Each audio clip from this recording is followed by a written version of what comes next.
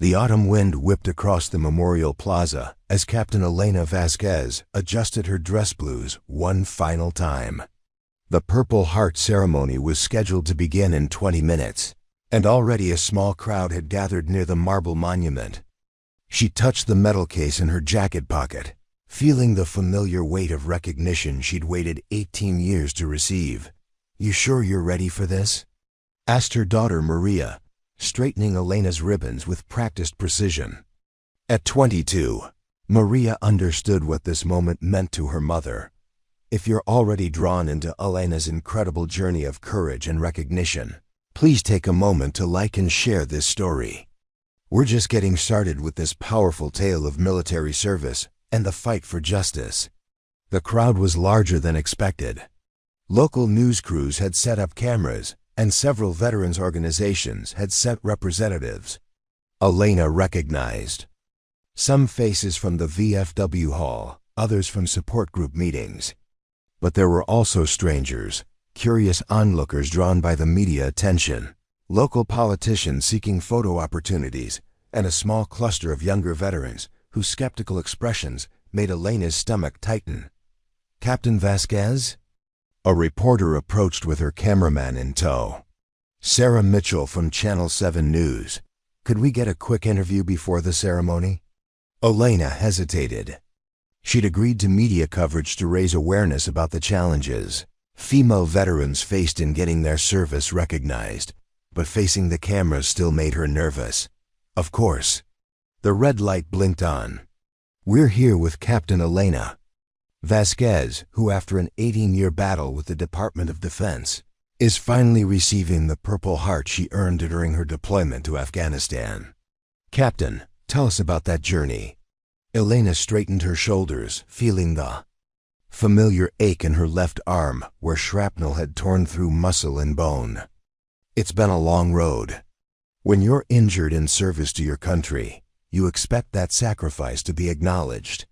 But sometimes the bureaucracy loses sight of the human cost of war. There's been some controversy about your case," the reporter continued. "Some have questioned whether your injuries truly warrant the Purple Heart. How do you respond to those critics?" The question hit like a physical blow. Elena had known it was coming, had read the online comments, heard the whispered conversations at veteran gatherings. Female veterans, especially those who served in supposedly non-combat roles, faced constant scrutiny about their service records. "My service record speaks for itself," Elena said, her voice steady despite the fire in her chest. "My service connected." Injuries appears multiple times after first use, but even as she said the words, Elena could see the doubt in some faces in the gathering crowd. A group of 3 younger men, all wearing veteran ball caps, exchanged knowing looks. One of them, a heavy-set man with a Marine Corps tattoo visible on his forearm, shook his head slightly. The interview concluded, and Elena moved toward the memorial where the ceremony would take place. The skeptical veterans followed at a distance, their conversation carrying on the wind. "Intelligence officer," one of them scoffed. "Probably sat in an air-conditioned trailer the whole deployment." "Purple Heart for a paper cut," another added. Elena's jaw clenched, but she kept walking. She'd faced worse than their ignorance. "Mom," Maria whispered, falling into step beside her. "Don't let them get to you. You know what you went through." "No," Elena replied, though the familiar weight of doubt settled in her stomach. Even after all these years, the questioning never stopped hurting. The ceremony began promptly at 1400 hours. Colonel James Patterson, the base commander, delivered opening remarks about sacrifice and service. Elena stood at attention as her citation was read aloud. Captain Elena Vasquez distinguished herself by exceptionally valorous conduct in action against an enemy of the United States while serving as senior intelligence analyst, forward operating Base Chapman, Afghanistan, on November 15, 2006, during a coordinated enemy attack on the base. Captain Vasquez remained at her post to ensure critical intelligence was transmitted to coalition forces, despite being wounded by enemy mortar fire. Her dedication to duty under extreme circumstances exemplifies the highest traditions of military service.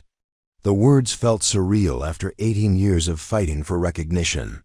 Elena stepped forward as Colonel Patterson opened the metal case, revealing the Purple Heart in its purple and gold glory. "Captain, it's an honor to present this long-overdue recognition of your sacrifice," Patterson said, pinning the medal to Elena's uniform. Applause filled the plaza, but Elena could still hear the whispered conversations from the skeptical group. Their doubt followed her like a shadow. Even in this moment of triumph. After the formal ceremony, Elena found herself surrounded by well-wishers and supporters. Fellow veterans shook her hand, thanking her for her perseverance in fighting for recognition. But the small group of doubters remained at the edge of the crowd, their presence a constant reminder that her battle wasn't truly over. "Congratulations, Captain." Elena turned to find a tall, silver-haired woman in a navy dress uniform approaching. The woman's shoulder boards displayed the 3 stars of a vice admiral, and her ribbon rack spoke of decades of distinguished service. "Admiral." Elena glanced at the name tape. Harrison. "Thank you, ma'am. Please, call me Sarah. I wanted to personally congratulate you on receiving this recognition. I know how difficult the process can be, especially for female veterans." Elena nodded gratefully. It was rare to meet such a senior female officer, especially one who seemed to understand the unique challenges women faced in military service. "I hope you don't mind me asking," Admiral Harrison continued, "but I noticed some tension in the crowd. Are you facing questions about your service?" Elena glanced toward the group of skeptical veterans who were now speaking more animatedly among themselves. "Nothing I haven't dealt with before, ma'am. Some people have a hard time believing women can serve in dangerous positions." Admiral Harrison's expression hardened slightly.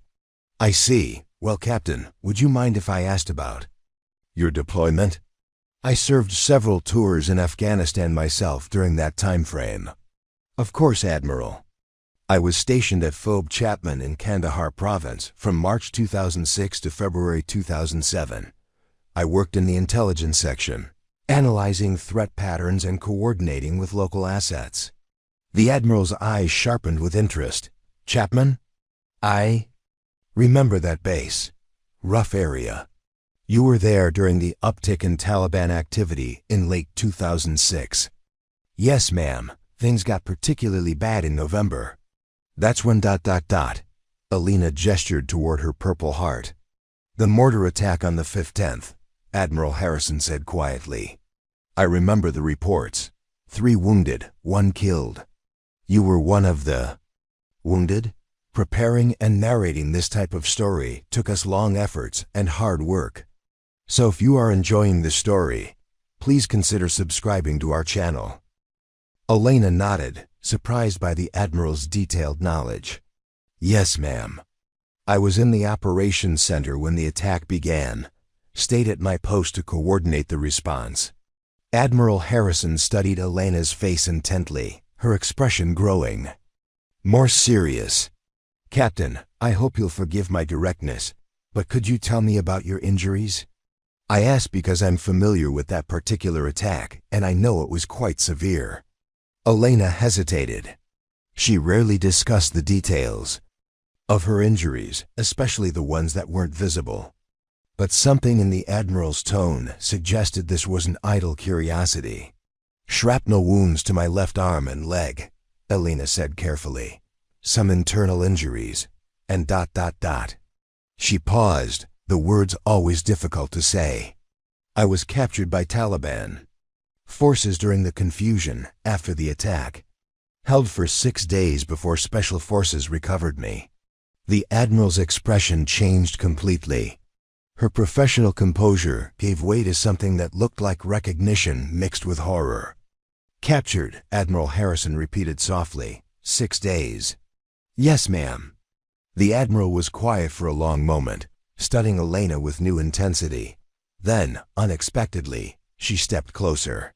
"Captain, may I ask you to remove your jacket?" Elena blinked. In surprise, "Ma'am, your jacket. I'd like to see your arms, if you don't mind." The request was unusual, but Elena sensed this was an idle curiosity. She glanced around the plaza, noting that the crowd had largely dispersed, though the group of skeptical veterans remained nearby, still engaged in heated discussion.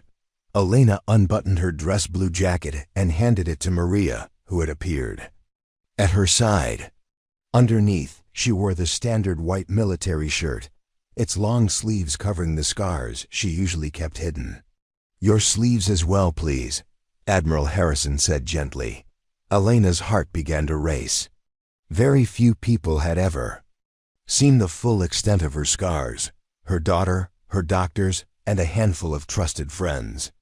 But something about the Admiral's tone compelled her to comply. She rolled up her left sleeve first, revealing the twisted scar tissue that covered her forearm. The shrapnel wounds had healed poorly, leaving raised, discolored marks that stretched from her wrist to her elbow. But these were the injuries she could explain, the ones documented in her medical records. "The other arm, please," Admiral Harrison said quietly. Elena hesitated. Her right arm bore different scars, ones that told a story she'd never officially reported, couldn't officially report. Slowly, she rolled up her right sleeve. The marks were immediately recognizable to anyone who'd seen them before. Thin, precise scars in a distinctive pattern across her forearm and wrist. Burn marks from cigarettes dotted her skin at regular intervals. These weren't the chaotic injuries of combat. They were the methodical marks of torture. Admiral Harrison's breath caught. She stepped closer, her eyes fixed on the scars with the recognition of someone who'd seen similar marks before. 6 days, the Admiral repeated, her voice barely above a whisper. "Yes, ma'am, the Kandahar cell. It wasn't a question." Elena felt her world shift slightly. In 18 years, no one in the military had ever acknowledged what had happened to her during those 6 days. It had been classified, buried, treated as an intelligence matter rather than a combat injury. "You know about that?" Elena asked. Admiral Harrison nodded slowly. "I was the intelligence liaison who coordinated your rescue. I read every report, saw every photograph from the site where we found you." She paused, her professional composure cracking slightly. "Captain, I've been trying to find you for 18 years. Before we dive deeper into this incredible story, I want to take a moment to thank you for reading, creating, and narrating these detailed, novel-length stories. Takes tremendous time and research to bring you the most engaging content possible. We're embarking on a journey together that explores themes of service, sacrifice, and recognition. If you're already engaged by what you've read, please show your support by sharing this story with someone who would appreciate it. This is going to be a powerful journey, so get comfortable, and let's continue with this remarkable tale. The words hung in the air between them, like a bridge spanning 18 years of silence. Elena felt her legs weaken, and Maria quickly stepped forward to steady her. "You coordinated my rescue?" Elena's voice was barely audible. Admiral Harrison nodded, her eyes never leaving Elena's scars. Operation Nightfall. November 21, 2006. SEAL Team 6, supported by Rangers and Afghan Special Forces. We had been tracking your location for 5 days. Elena's memories of the rescue were fragmentary, flashes of gunfire, shouting in English, the overwhelming relief of seeing American uniforms. She'd been in and out of consciousness, her body broken from days of torture and interrogation. The reports said you were found in a compound 15 kilometers southeast of Chapman, Admiral Harrison continued. You'd been beaten, burned, and interrogated for information about base defenses and intelligence operations. I didn't tell them anything, Elena said reflexively. The same words she'd repeated to debriefing officers 18 years ago. I know, Admiral Harrison said firmly. Your silence likely saved dozens of American lives. But when I tried to follow up to ensure you received proper recognition for your sacrifice. I was told you'd been transferred and that the incident was classified above my clearance level." Elena stared at the Admiral, pieces of a puzzle she'd never understood beginning to fall into place. "I was transferred to Walter Reed immediately after rescue. Spent 4 months in recovery. When I asked about recognition for my injuries, I was told the circumstances were too sensitive to discuss."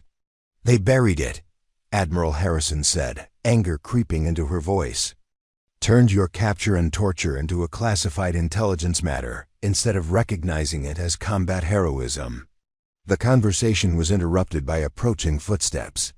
The group of skeptical veterans had apparently decided to make their doubts known more directly. "Excuse me, ladies," the heavy-set Marine veteran said, his tone barely respectful. "Sorry to interrupt, but we couldn't help overhearing your conversation." Elena quickly began rolling down her sleeves, but Admiral Harrison placed a gentle hand on her arm, stopping her. "Can I help you, gentlemen?" Admiral Harrison asked, her voice taking on the crisp authority of someone accustomed to command. "Well, Admiral, we were just wondering about the captain's story here," the Marine continued. "See, we all served in Afghanistan, and we know how these intelligence types operate. Air conditioning, hot meals, safe bases. Not exactly Purple Heart material, if you know what I mean." Elena felt heat rise in her cheeks, but Admiral Harrison stepped forward before she could respond. "I see," the Admiral said coldly. "And your names and units, gentlemen?" The question caught them off guard. The Marine straightened slightly. "Gunnery Sergeant Mike Torres, retired. 2nd Marines, did 3 tours in Helmand Province. Staff: Sergeant Jake Williams, Army Rangers," the second man added, his tone less certain now that they were facing a flag officer. "Sergeant First Class Dave Mitchell, Special Forces," the third man said quietly. Admiral Harrison nodded acknowledgement to each man. "Gentlemen, I appreciate your service. Helmand Province and Ranger operations, hard combat zones. You've earned the right to question claims that don't seem legitimate." Elena felt her heart sink. Even Admiral Harrison was going to side with the doubters. "However," the Admiral continued, her voice hardening, "you're questioning the wrong person." She turned to Elena. "Captain, please show these gentlemen your arms." Elena hesitated. She'd spent 18 years hiding these scars, ashamed of the story they told, afraid of the questions they might raise about classified operations. "Admiral, I don't think—" "Captain, that's an order." The command tone brooked no argument. Elena slowly extended both arms, her sleeves still rolled up from the Admiral's earlier examination. The 3 veterans looked at the scars with growing confusion. The shrapnel wounds on Elena's left arm were clearly combat injuries, but the precise, methodical marks on her right arm told a different story. "Jesus Christ," Staff Sergeant Williams whispered, recognizing what he was seeing. Admiral Harrison's voice cut through the silence like a blade.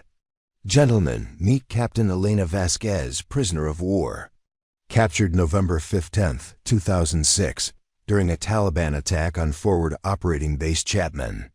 Held and tortured for 6 days before rescue by SEAL. Team 6. The color drained from Gunnery Sergeant Torres's face. "Pow." "Those marks on her right arm," Admiral Harrison continued relentlessly, "are from cigarette burns and razor cuts. Standard Taliban interrogation techniques. The bruising around her wrists, rope burns from being bound for 6 days.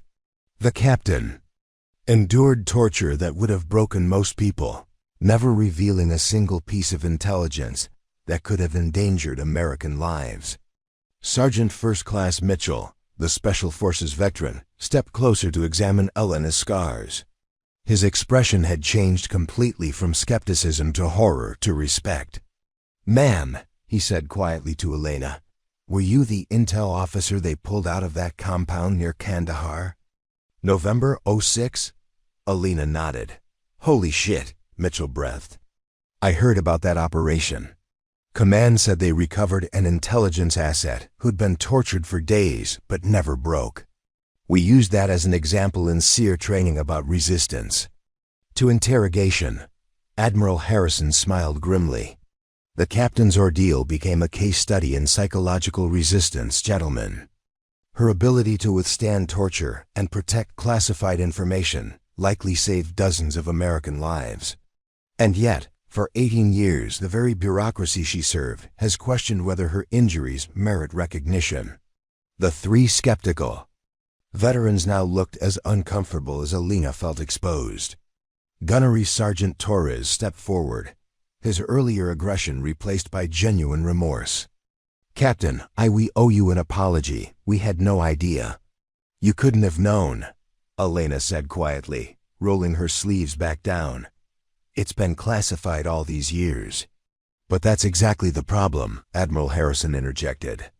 "Captain, Vasquez has been forced to endure not only the physical and psychological trauma of her capture and torture, but 18 years of bureaucratic denial and public skepticism about her service." Staff Sergeant Williams shook his head in disgust. "That's bullshit. Excuse my language. If she was a POW, why isn't that reflected in her service record?" "Because the intelligence community decided her capture was too sensitive to acknowledge publicly," Admiral Harrison explained. "They classified the entire incident to protect ongoing operations, which meant the captain couldn't receive proper recognition for her sacrifice." Elena watched the exchange with a mixture of relief and anxiety. Having her story finally acknowledged by senior leadership felt like a weight lifting from her shoulders, but she also worried about the implications of having classified information discussed so openly. "Admiral," she said carefully, "are we okay discussing this? The classification level?" Admiral Harrison smiled. "Captain, I've spent the last 10 years working to declassify these types of cases. Your incident was officially downgraded to for official use only status 3 years ago, which means we can discuss it in appropriate contexts. I've been trying to locate you ever since to ensure you received proper recognition. You've been looking for me for 3 years, 18 years actually. But I only gained the authority to act on it 3 years ago when I was assigned to the Joint Personnel Recovery Agency. Part of my mandate is to review cases where service member sacrifices were inadequately recognized due to classification issues." Elena felt tears prick her eyes. After nearly 2 decades of fighting bureaucracy alone, someone in authority was finally advocating for her. "Captain," Admiral Harrison continued, "your Purple Heart ceremony today is just the beginning. Based on what you endured, you should also be receiving the Bronze Star Medal, the Prisoner of War Medal, and the Combat Action Badge. The fact that you've gone 18 years without proper recognition is a travesty that I intend to correct." The three veterans who had approached with skepticism now stood at attention, their attitudes completely transformed. "Captain," Gunnery Sergeant Torres said formally, "on behalf of all 3 of us, please accept our sincere apologies and our deepest respect for your service and sacrifice." Elena nodded acceptance, though she could see in their faces that they understood the magnitude of their earlier disrespect. As the veterans walked away, clearly shaken by what they'd learned, Admiral Harrison turned back to Elena with a serious expression. "Captain, I need to ask you something important. Are you willing to go public with your story? Full disclosure about your capture, torture, and the bureaucratic failures that followed." Elena glanced at Maria, who had remained silent throughout the entire exchange but whose supportive presence had anchored her. What would that involve? Congressional testimony, media interviews, possibly a book or documentary. The broader veteran advocacy opportunity. But it would also mean reliving some very difficult memories in very public ways. Elena considered the Admiral's words. For 18 years, she'd carried the burden of her experience alone, unable to share the full truth even with her closest family members. The thought of making it public was both terrifying and liberating. "I need to think about it," she said finally. Of course. But Captain, I want you to know that regardless of your decision, I'm going to ensure you receive every recognition you've earned. That's a promise from one veteran to another. As Admiral Harrison walked away, Elena stood in the now empty memorial plaza, her purple heart gleaming on her chest and her daughter's arm around her shoulders. For the first time in 18 years, she felt like her sacrifice had been truly seen and acknowledged, but she also sensed that this was just the beginning of a new chapter in her long battle for recognition and justice. 3 days after the Purple Heart ceremony, Elena sat in her kitchen staring at a stack of documents Admiral Harrison had sent by courier. Official forms for the Bronze Star Medal, Prisoner of War Medal, and Combat Action Badge applications. A letter from the Joint Personnel Recovery Agency formally acknowledging her service and sacrifice. And at the bottom of the stack, a phone number with a note. Call when you're ready to discuss next steps. Admiral Harrison. Maria entered the kitchen carrying 2 cups of coffee, setting one in front of her mother before taking a seat across the small table. Have you decided? Maria asked gently. Elena sipped her coffee, buying time. About what, Mom? Maria's tone carried the gentle exasperation of someone who'd spent years watching her mother avoid difficult decisions. About going public, about telling your story, Elena sighed. She'd raised Maria to be direct, and her daughter had learned the lesson well. I keep thinking about those men at the ceremony. How quickly they went from doubt to respect once they knew the truth. That's exactly why you should do it, Maria said. How many other female veterans are dealing with the same skepticism, the same bureaucratic runaround? But Maria, you don't understand what it was like. Those 6 days, Alana's voice trailed off. Even now, 18 years later, she struggled to put the experience into words. So tell me. Elena looked up, surprised by her daughter's quiet intensity. I've watched you have nightmares for my entire life, Maria continued. I've seen you wake up screaming, seen you refuse to talk about Afghanistan, seen you struggle with doctors and bureaucrats who questioned your injuries. But you've never told me what actually happened. Elena studied her daughter's face, seeing the young woman who'd grown up in the shadow of her mother's unspoken trauma. Maria had been 4 years old when Elena returned from Afghanistan, old enough to sense something was wrong, but too young to understand what. You were so little when I came back, Elena said softly. I'm 22 now, Mom. I'm old enough to hear the truth. Elena took a deep breath, realizing that Maria was right.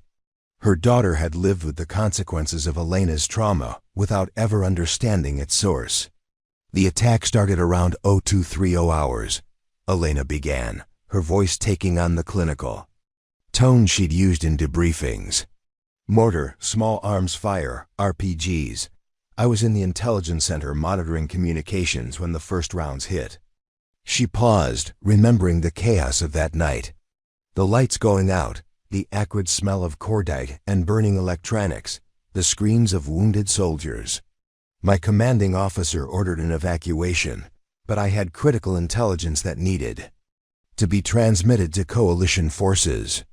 There was a planned operation the next day, and without the intel update, our people would be walking into an ambush. Maria listened intently, her coffee growing cold as Elena's story unfolded. I stayed at my post to complete the transmission. That's when the mortar round hit the building. The blast threw me across the room, and shrapnel tore up my left arm and leg. When I came to, the building was on fire and Taliban fighters were inside the perimeter. Elena's hands began to shake slightly. She set down her coffee cup to hide the tremor. I tried to make it to the emergency rally point, but I was bleeding badly and disoriented. The Taliban fighters found me trying to crawl toward the gate. They captured you, Maria said quietly. Elena nodded. They zip-tied my hands and threw me in the back of a pickup truck. I lost consciousness from blood loss and didn't wake up until I was in a compound somewhere in the mountains. The memories came flooding back now, details Elena had buried for nearly 2 decades. The smell of the cave where they'd held her. The sound of her captors arguing in Pashto about what to do with her. The moment she'd realized that no one was coming to save her quickly. They wanted information about base defenses, patrol schedules, intelligence assets in the area. When I wouldn't talk, Elena gestured toward her right arm, still covered by her long sleeves. The scars I saw at the ceremony, Maria said. Cigarette burns were just the beginning. They used knives, electricity, stress positions.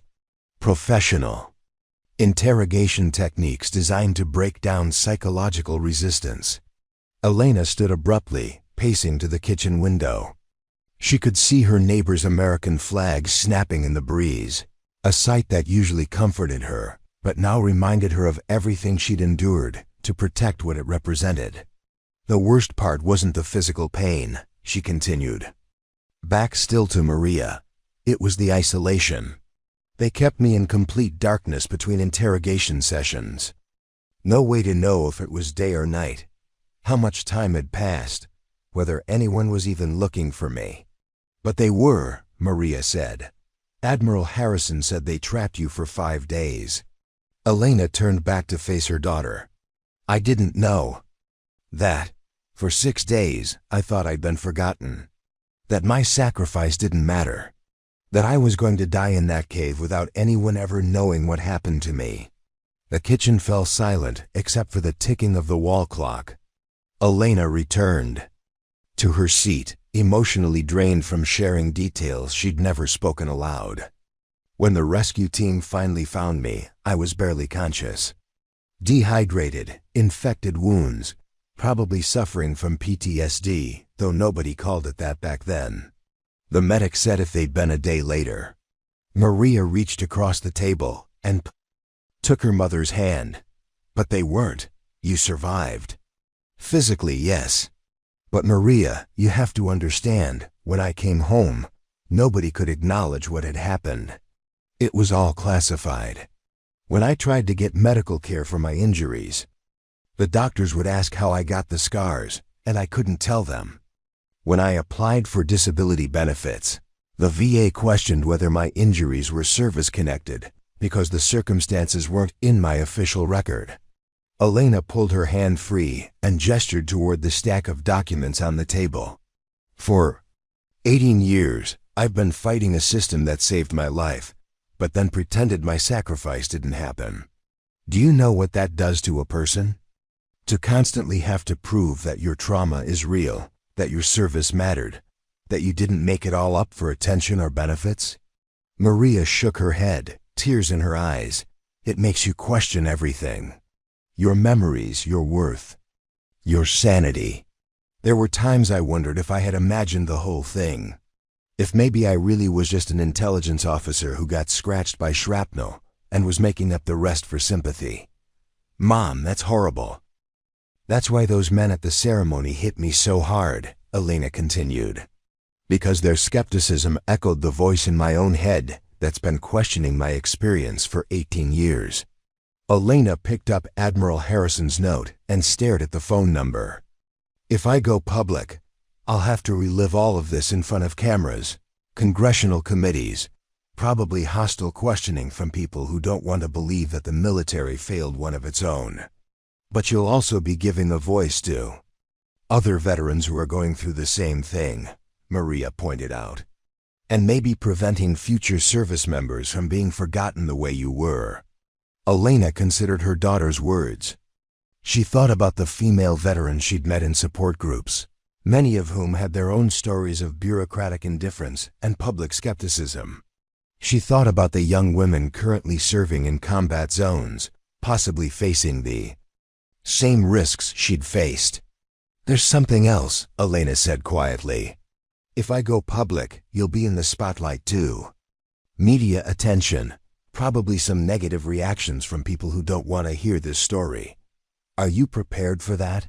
Maria sat up straighter, and Elena could see her father's determination in her daughter's expression.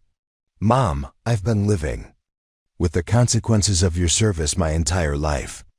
I've watched you suffer in silence, fight bureaucrats alone, deal with nightmares and pain that you couldn't even explain to the people who were supposed to help you. If telling your story can help other families avoid going through what we've been through, then, yes, I'm prepared for whatever comes."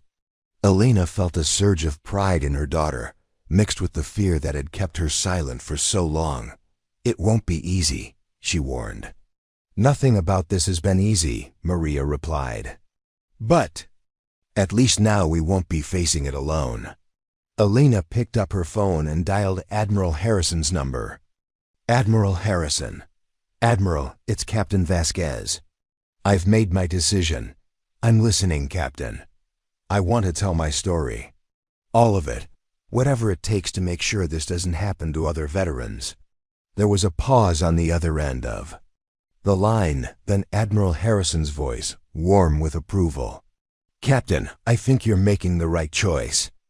And I want you to know that you'll have the full support of the Joint Personnel Recovery Agency throughout this process."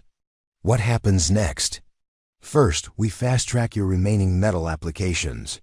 I want you to have full recognition of your service before we go public. Then we schedule some preliminary interviews with sympathetic journalists to get your story out there. After that, we prepare for congressional testimony." Elena felt her stomach tighten at the mention of congressional testimony, but she pushed down the fear. "How long do you think the whole process will take?" 6 months, maybe a year. It depends on how much attention the story generates and whether Congress decides to hold hearings on the broader issue of classified service recognition." "Admiral, can I ask you something?" "Of course. Why is this so important to you? I mean, personally?" There was another pause before Admiral Harrison answered. "Captain, I spent 30 years in the Navy, including several combat deployments. I've seen how the system can fail the people who sacrifice the most for their country. But more than that, I've seen how female veterans in particular get questioned and dismissed in ways that male veterans rarely experience." Elena nodded, though Admiral Harrison couldn't see her. "Your case represents everything that's wrong with how we treat veterans, especially female veterans who served in classified or sensitive roles. If we can fix your situation and use it as a catalyst for broader reform, we can honor not just your sacrifice, but the sacrifices of countless others who've been forgotten or ignored." "I understand, Admiral. When do we start? How about tomorrow?" "I'll fly down to meet with you and your daughter to go over the plan in detail. We'll take this one step at a time, Captain. You've already shown incredible courage in surviving what you did. This next phase will require different kind of courage, but I have complete faith in your ability to handle it." After ending the call, Elena sat quietly with Maria, both of them processing the magnitude of what they'd just committed to. "Are you scared?" Maria asked. Elena considered the question honestly. Terrified, but also relieved. "For the first time in 18 years, I feel like someone with real authority is on my side. And this time, you won't be fighting alone." Elena smiled at her daughter, feeling a connection between them that had been strained by years of unspoken trauma. "No," she agreed. "This time I won't be fighting alone."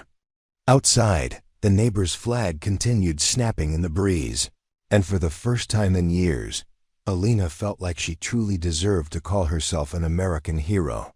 Admiral Harrison arrived at Elena's home the next morning in a rental car, rather than an official vehicle, a small detail that Elena appreciated. The last thing she needed was military vehicles in her driveway, drawing attention from curious neighbors. The Admiral looked different in civilian clothes, more approachable, less intimidating. She carried a leather briefcase and a box that clinked softly when she set it down.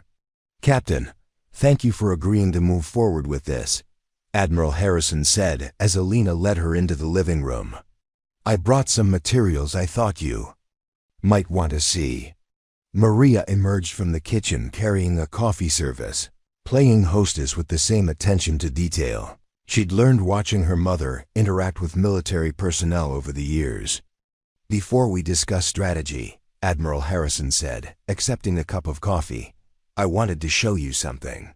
She opened the clinking box and carefully removed 3 metal cases. Elena recognized them immediately: Bronze Star Medal, Prisoner of War Medal, and Combat Action Badge. "These are yours," Admiral Harrison said simply. "I expedited the approval process.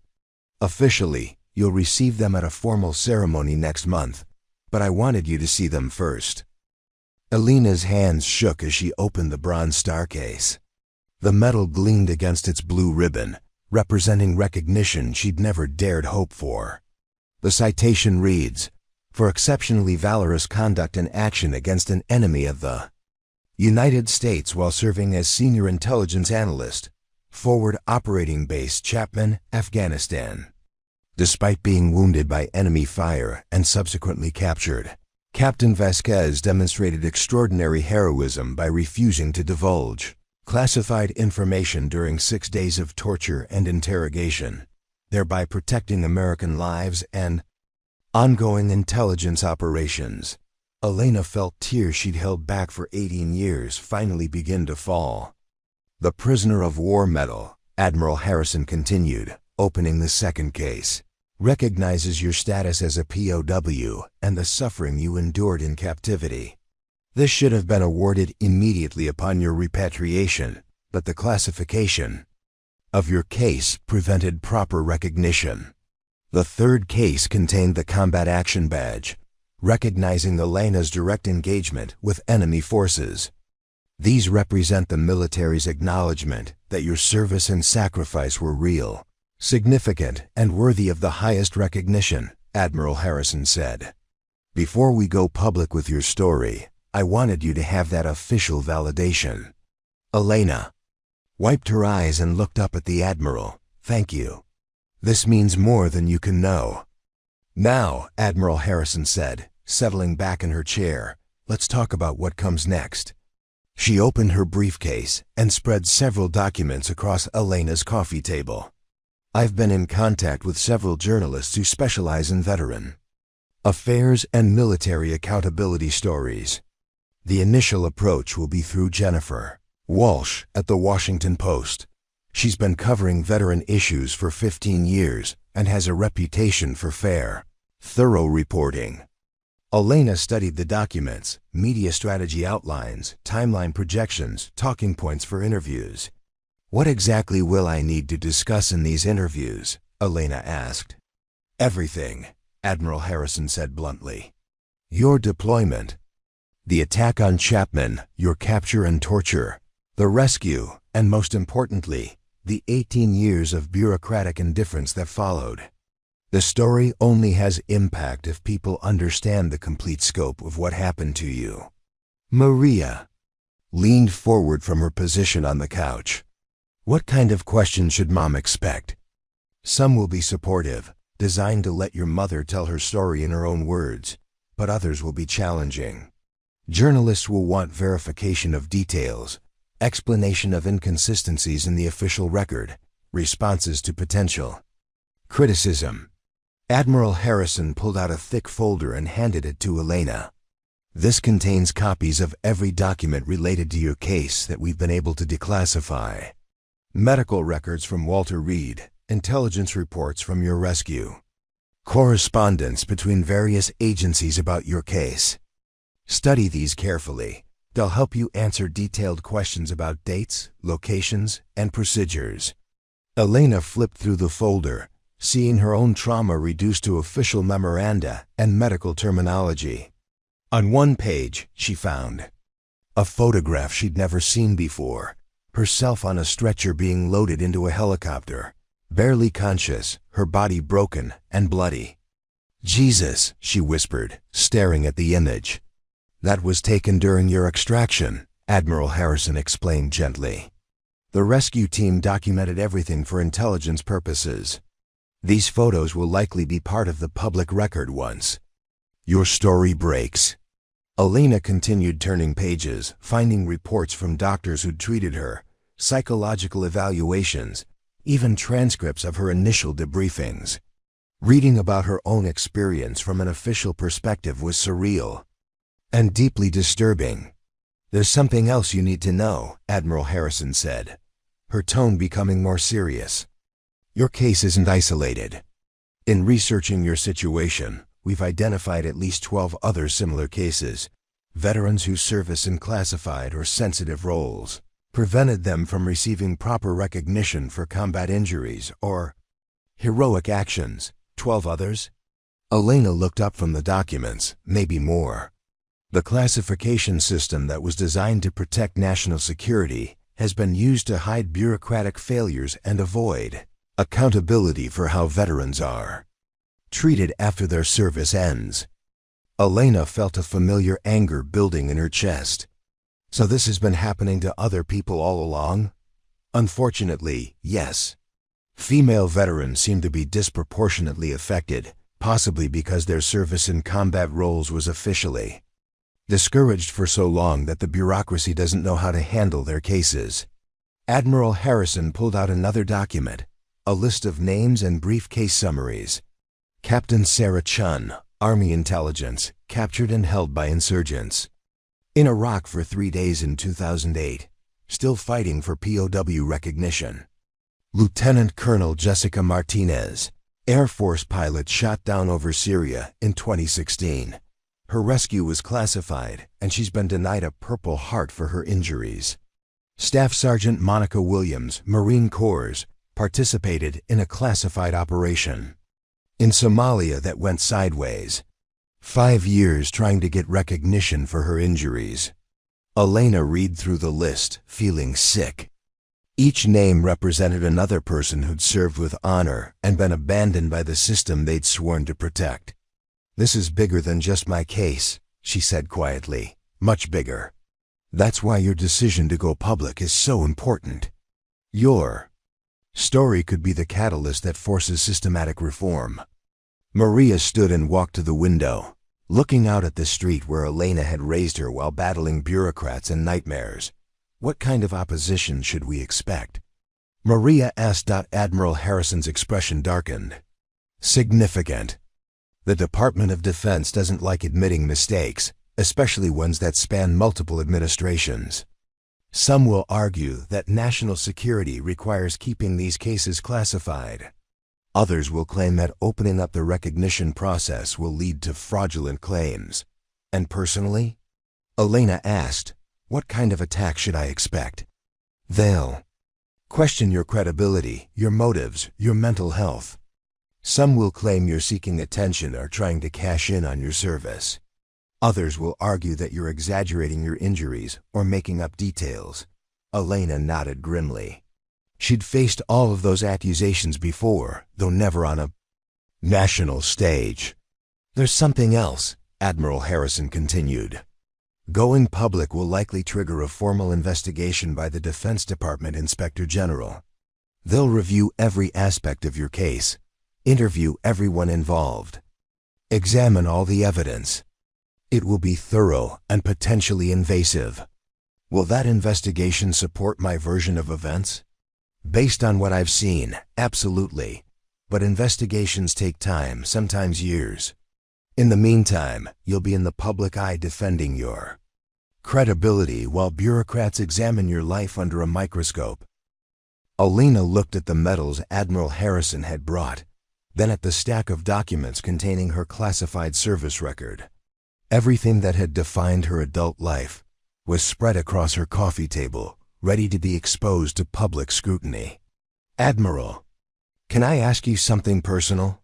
"Of course." "Do you have family, children?"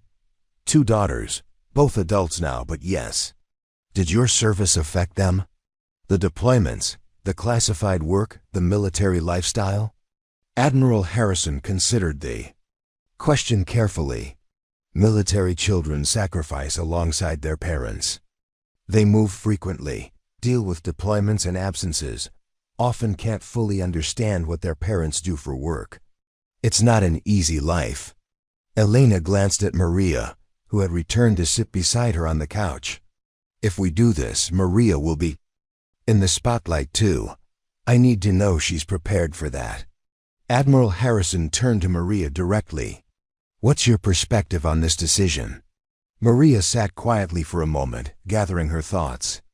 I've spent 22 years watching my mother carry a burden she couldn't share, Maria said finally. I've seen her wake up screaming from nightmares she couldn't explain. I've watched her fight with doctors, bureaucrats, and veteran service. Organizations who questioned whether her injuries were real. Elena reached for her daughter's hand.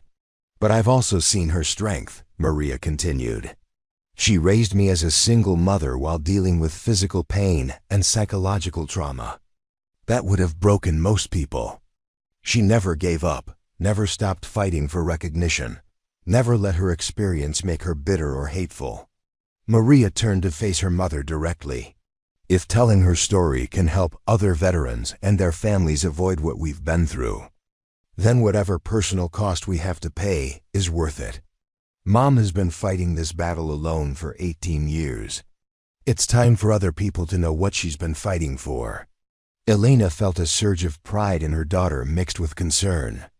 For what lay ahead? What about your career? Elena asked. You're just starting out as a teacher. This kind of publicity could affect your professional life. Mom, if my principal or school district has a problem with me supporting my mother's fight for recognition, she's earned, then I don't want to work for them anyway. Admiral Harrison smiled approvingly. Captain, you've raised a remarkable daughter. She raised herself in a lot of ways, Elena said. I wasn't always emotionally available during her childhood. That's not your fault, Maria said firmly. You did the best you could with what the system gave you. Now we have a chance to make sure other families don't go through the same thing. Admiral Harrison gathered her documents and returned them to her briefcase. I'm going to give you both 24 hours to think about this one more time. Once we make the first media contact, there's no going back. Your story will be public, and you'll have to see it through to the end, whatever that looks like. Elena stood, feeling the weight of decision settling on her shoulders. Admiral, assuming we move forward, what's the timeline? First interview with the Washington Post next week. They'll want several sessions to get all the details and verify facts. The story will probably run in about a month, assuming their investigation supports your account. And after that, congressional hearings. Almost certainly. Probably within 6 months of the story breaking. Other media interviews, documentary filmmakers, book publishers. Your story will have its own momentum once it's public. Elena walked Admiral Harrison to the door, carrying the box containing her medals. Captain, I want you to know that regardless of what happens next, ensuring you received proper recognition was the right thing to do. These medals represent honor that was always yours. We're just finally acknowledging it officially. After Admiral Harrison left, Elena and Maria sat in the living room surrounded by the evidence of Elena's service and sacrifice. Are you sure about this? Elena asked her daughter one more time. Are you? Maria countered. Elena opened the bronze star case again, studying the medal that represented recognition she'd never thought she'd receive. I keep thinking about those other 12 veterans Admiral Harrison mentioned. If they're going through what I've been through, then they need to see that it's possible to fight back and win, Maria finished. Elena nodded slowly. I think I knew the moment Admiral Harrison recognized my scars that this was inevitable. I've been preparing for this fight my whole adult life, even when I didn't realize it. So we're doing this? Elena closed the medal case and looked at her daughter with determination she hadn't felt in years. We're doing this. Outside, the late afternoon sun cast long shadows across their quiet suburban street. By this time next year, Elena realized their peaceful anonymity would be gone forever. But for the first time since returning from Afghanistan, she felt like she was moving toward something instead of just trying to survive. The battle for recognition was finally about to begin. Ernest. Jennifer. Walsh arrived at Elena's home on a gray Thursday morning, carrying 2 digital recorders and a thick notebook filled with preliminary research. She was younger than Elena had expected, probably mid-30s, with the focused intensity of someone who took her work seriously. "Captain Vasquez, thank you for agreeing to speak with me," Walsh said as Elena led her into the living room. "I've spent the past week reviewing the documents Admiral Harrison provided, and I have to say, your case raises some serious questions about how the military handles veteran recognition." Elena had spent 3 sleepless nights preparing for this moment, reviewing dates and details, trying to organize 18 years of fragmented memories into a coherent narrative. "Before we start," Walsh continued, "I want you to understand my approach. I'm not here to sensationalize your story or turn it into military propaganda. My job is to report the facts accurately and let readers draw their own conclusions." "I appreciate that," Elena said. "I'm not looking for sympathy or special treatment. I just want the truth to be told." Walsh activated both recorders, backup equipment, she explained, and opened her notebook. "Let's start with the basics. Tell me about your decision to join the military." Elena had expected this question, but found it harder to answer than she'd anticipated. Her motivations seemed so distant now, filtered through decades of experience. "I enlisted in 2001, right after 9/11. I was 22, working a dead-end job, and I wanted to serve my country. I tested well for military intelligence, so that became my career field." "Did you expect to see combat when you enlisted?" "Not initially. Intelligence work was supposed to be analytical, behind the scenes. But after Iraq and Afghanistan started, the lines between combat and non-combat roles became pretty blurred." Walsh made notes as Elena spoke, occasionally asking for clarification on dates or locations. "Tell me about your deployment to Afghanistan. What was your mission at FOB Chapman?" Elena described her work analyzing insurgent communications, tracking Taliban movement patterns, and coordinating with local intelligence assets. Technical work that had real-world consequences for soldiers on patrol. "The intelligence we gathered directly influenced patrol routes, convoy schedules, and operation planning," Elena explained. "If we missed something or got our analysis wrong, people died. That sounds like significant responsibility for a captain." "It was, but I was good at my job. My commanding officer trusted my assessments, and I had a reputation for accuracy." Walsh flipped through her notes. "According to your service record, you received several commendations during your deployment. It seems like you were a valued member of the team. I tried to be. Now let's talk about November 15th, 2006. Walk me through what happened that night." Elena felt her chest tighten, but she'd rehearsed this part of the story dozens of times. She described the initial attack, the decision to stay at her post, the mortar blast that wounded her. "You chose to remain in a dangerous position to complete an intelligence transmission," Walsh said. "Why?" "Because lives depended on that information getting through. We had a major operation plan for the next day, and without updated intelligence, our people would be walking into an ambush." "Did anyone order you to stay?" Elena paused. This was one of the details that had been distorted over the years in official reports. "No, my commanding officer ordered an evacuation. I made the decision to stay on my own." "That was direct disobedience." "Of orders." "Yes, it was," Walsh made a note. "Were you disciplined for disobeying orders?" "No. The successful intelligence transmission prevented casualties in the operation the next day. Command recognized that my decision, while technically insubordinate, was the right one. Tell me about your capture." Elena's voice became more clinical as she described trying to reach the rally point, being found by Taliban fighters, losing consciousness from blood loss. "When you regained consciousness, where were you?" "A cave complex in the mountains.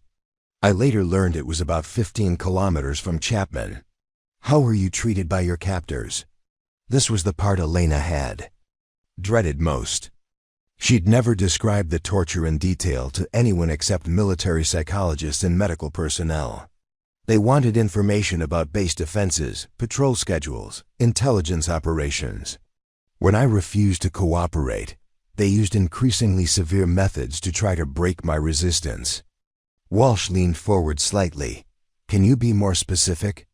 Elena rolled up her right sleeve, exposing the scars she'd hidden for 18 years. Walsh's professional composure slipped slightly as she took in the evidence of systematic torture. The systematic torture, OR, those 6 days.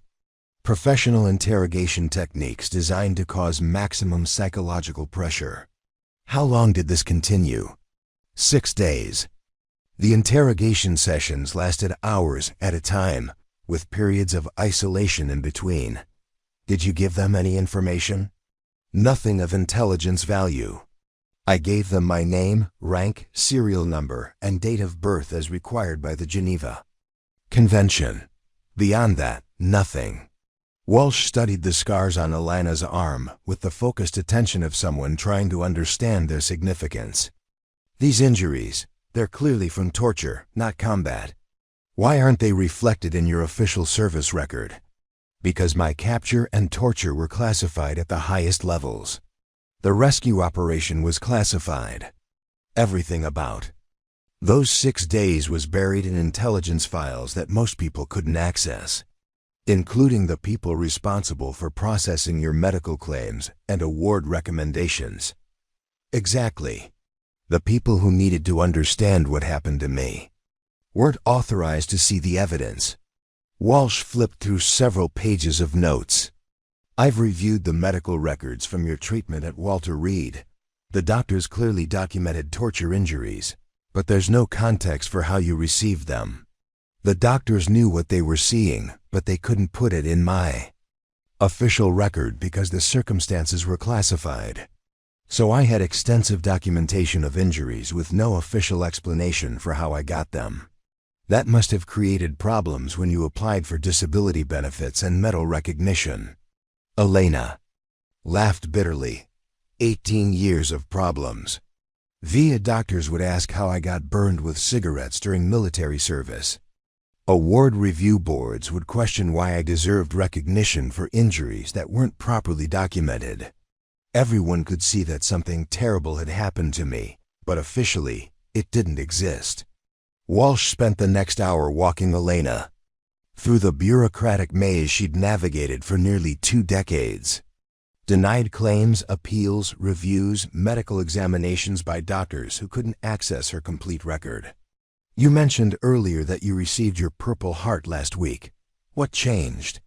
Admiral Harrison. She was the intelligence liaison who coordinated my rescue in 2006.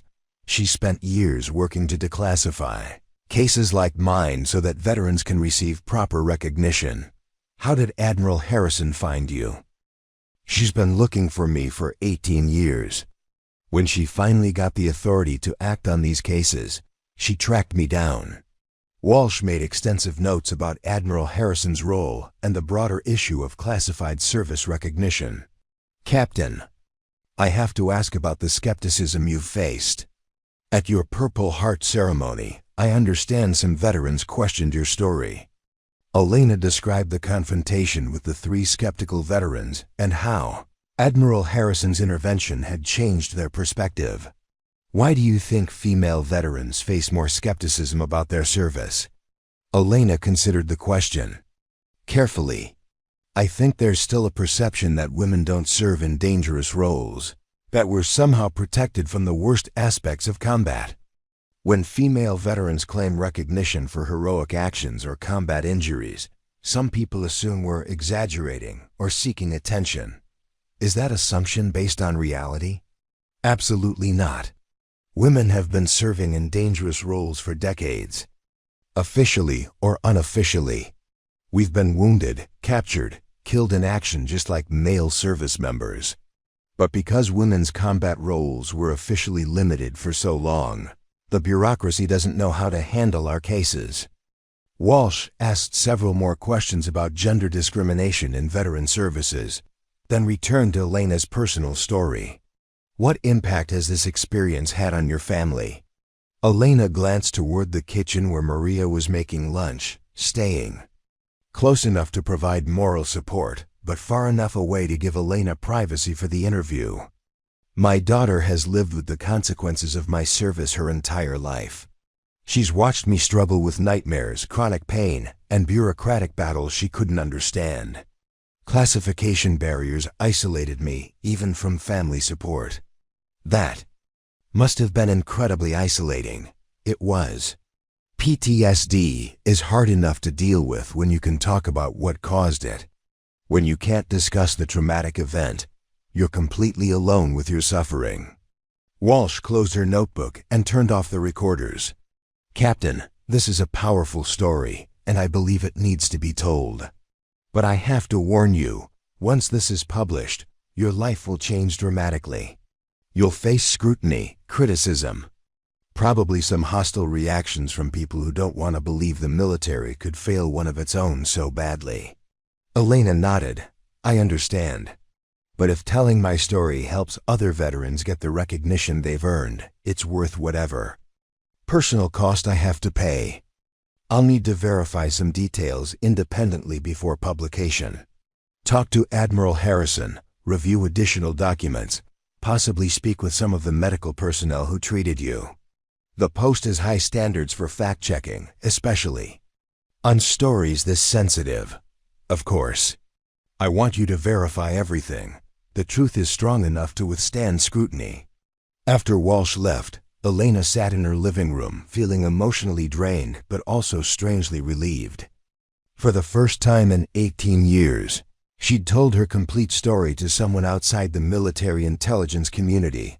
Maria joined her on the couch, carrying 2 cups of tea. How do you feel? Maria asked. Like I just jumped out of an airplane. Elena said, terrified but also exhilarated. Do you think she believed you? Elena considered the question.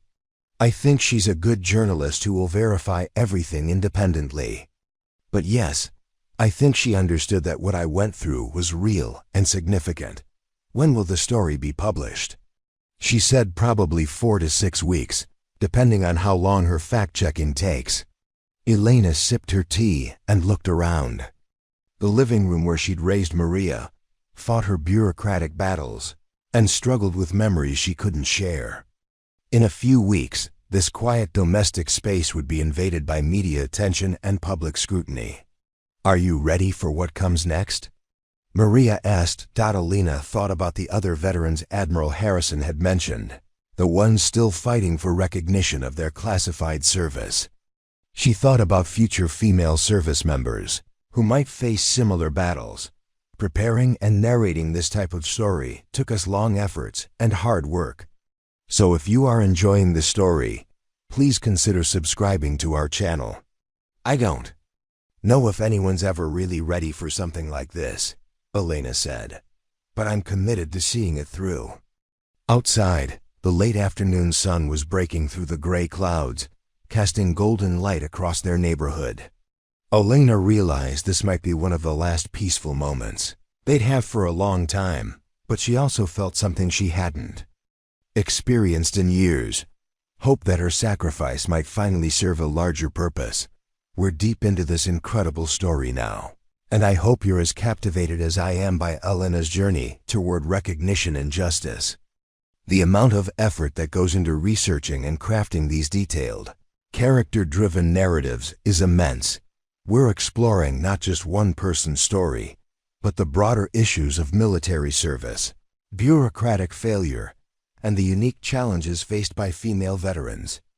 If you're engaged by Elena's fight for recognition so far, please take a moment to share this story with others who appreciate compelling narratives about courage and perseverance. We still have so much more to discover as Elena's story goes. Public and the consequences unfold. The Washington Post article went live at 6 a.m. on a Tuesday morning with the headline, Tortured, Forgotten, Denied. How the Military Failed a Female POW for 18 Years. Elena's phone started ringing at 6:15 a.m. "Mom, are you seeing this?" Maria's voice was tight with excitement and anxiety.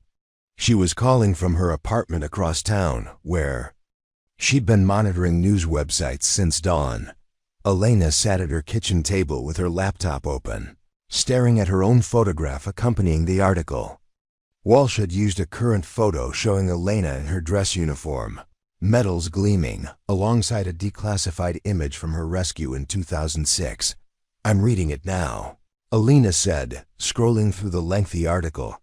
Walsh had done thorough work. The story included quotes from Admiral Harrison, independent verification from military medical personnel who had treated Elena, and context about the broader issue of classified service recognition. Most importantly, it presented Elena's case as part of a systemic problem rather than an isolated incident. "The comments section is already exploding," Maria said.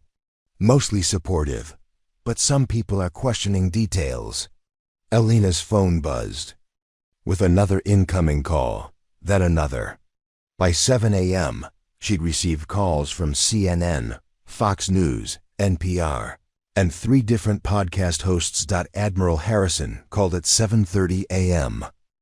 "Captain, have you seen the reaction?" "It's overwhelming," Elena admitted. "I've had 15 media requests already this morning. That's just the beginning. The story is trending on social media, and several members of Congress have already issued statements supporting your case. This is exactly the kind of attention we hoped for." Elena felt a mixture of vindication and terror. For 18 years, she'd fought for recognition and relative anonymity. Now her story was national news. "Admiral, what should I do about all these interview requests?" "Be selective. Choose outlets that will treat your story seriously and give you time to tell it properly. Avoid anything that feels like sensationalism or conflict-driven programming." Elena's doorbell rang. Through the window, she could see a news van parked across the street. "There are reporters outside my house," Elena sighed. "That's going to continue for a while. Do you have somewhere you can go if you need privacy?"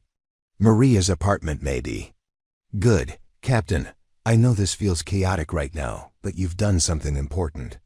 The response to your story is already forcing conversations that needed to happen." After ending the call, Elena looked out her front window to see 2 more news vans arriving.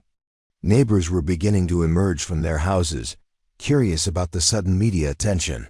Her phone rang again. This time the caller ID showed a number she didn't recognize with a DC area code. "Captain Vasquez? This is Congressman David Martinez's office.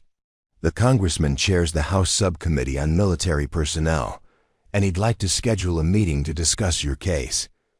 Elena felt her knees weaken. Congressional attention meant her story had reached the highest levels of government. When would he like to meet? "This week if possible. The congressman believes your case highlights serious flaws in how the military handles veteran recognition, and he's considering calling hearings on the issue." Elena scheduled the meeting for Friday, then immediately called Admiral Harrison. "Back, congressional hearings?" Elena asked. "Almost certainly.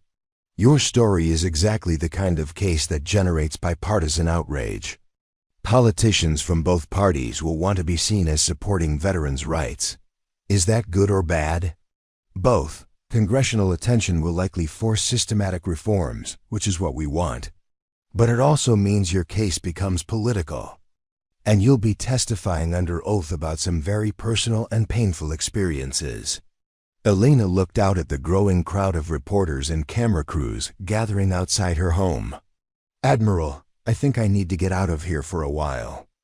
"Good idea. The media attention will calm down in a few days, but right now you're the story everyone wants to cover." Elena packed an overnight bag and called Maria to arrange temporary refuge at her apartment. But before she could leave, her doorbell rang again. This time it wasn't a reporter. Elena opened the door to find Gunnery Sergeant Torres, one of them skeptical veterans from her Purple Heart ceremony. standing on her porch looking deeply uncomfortable. "Captain, I'm sorry to bother you. I saw the news story, and I needed to apologize in person." Elena invited him inside, grateful for a conversation that didn't involve microphones or cameras. "Captain, what we did at your ceremony was inexcusable," Torres said, his voice heavy with regret. "We questioned your service without knowing the facts, and that was wrong." "You couldn't have known," Elena said. "The information was classified. That's no excuse. We should have shown respect for a fellow veteran regardless. But after reading your story, understanding what you went through..." Torres shook his head. "Ma'am, you're a hero, a real hero. And the way the system treated you after your service is a disgrace." Elena felt tears prick her eyes. Recognition from fellow veterans meant more to her than media attention or political support. "I wanted you to know that I've been sharing your story with other veterans in our community," Torres continued. "Making sure people understand what really happened, how wrong we were to doubt you. Thank you, that means a lot. There's something else. My daughter is thinking about joining the Army. After reading your story, I want her to know that if she serves with honor and gets hurt, the system will take care of her. But right now, I can't promise her that, can I?" Elena considered his question carefully. "The system failed me, but it doesn't have to fail her. If enough people demand reform, if enough attention is focused on these problems, maybe future veterans won't face the same battles I've fought." Torres nodded. "Then I hope you keep fighting, Captain. For her sake and for every other veteran who's been forgotten or ignored." After Torres left, Elena managed to slip out her back door and make her way to Maria's apartment through neighborhood backyards, avoiding the media circus in front of her house. Maria's apartment felt like a sanctuary after the chaos of the morning. Elena settled onto the couch with a cup of coffee and her laptop, reading through the hundreds of comments on the Washington Post article. Most were supportive, praising her courage and condemning the bureaucratic failures that had denied her recognition. But others were skeptical, questioning details of her story or suggesting she was seeking attention. "Don't read the comments," Maria advised, settling beside her mother on the couch. "There will always be people who refuse to believe the truth." "I know, but I can't help myself." Elena's phone buzzed with a text message from an unknown number. "Read your story. Thank you for speaking out. I'm dealing with something similar. Sarah Chun." Elena stared at the message, recognizing the name from Admiral Harrison's list of veterans fighting for recognition of classified service. She immediately called the number. "This is Sarah. Captain Chun, this is Elena Vasquez. You sent me a text about my story. Captain Vasquez, thank you for calling. I can't tell you what it means to see someone else's case getting attention. I've been fighting for POW recognition for 15 years. Elena felt a connection with this woman she'd never met, but whose struggle mirrored her own. "Admiral Harrison mentioned your case. Iraq 2008? 3 days in insurgent hands. Torture, interrogation, the whole nightmare. But because the details are classified, I can't get official recognition. Has my story changed anything for your case? My phone has been ringing all morning. Congressional staffers, journalists, veteran advocacy groups. Suddenly everyone wants to hear about classified service recognition." Elena realized that her decision to go public was having exactly the impact Admiral Harrison had predicted. Her individual case was opening doors for other forgotten veterans. "Captain Chun, would you be willing to speak publicly about your case?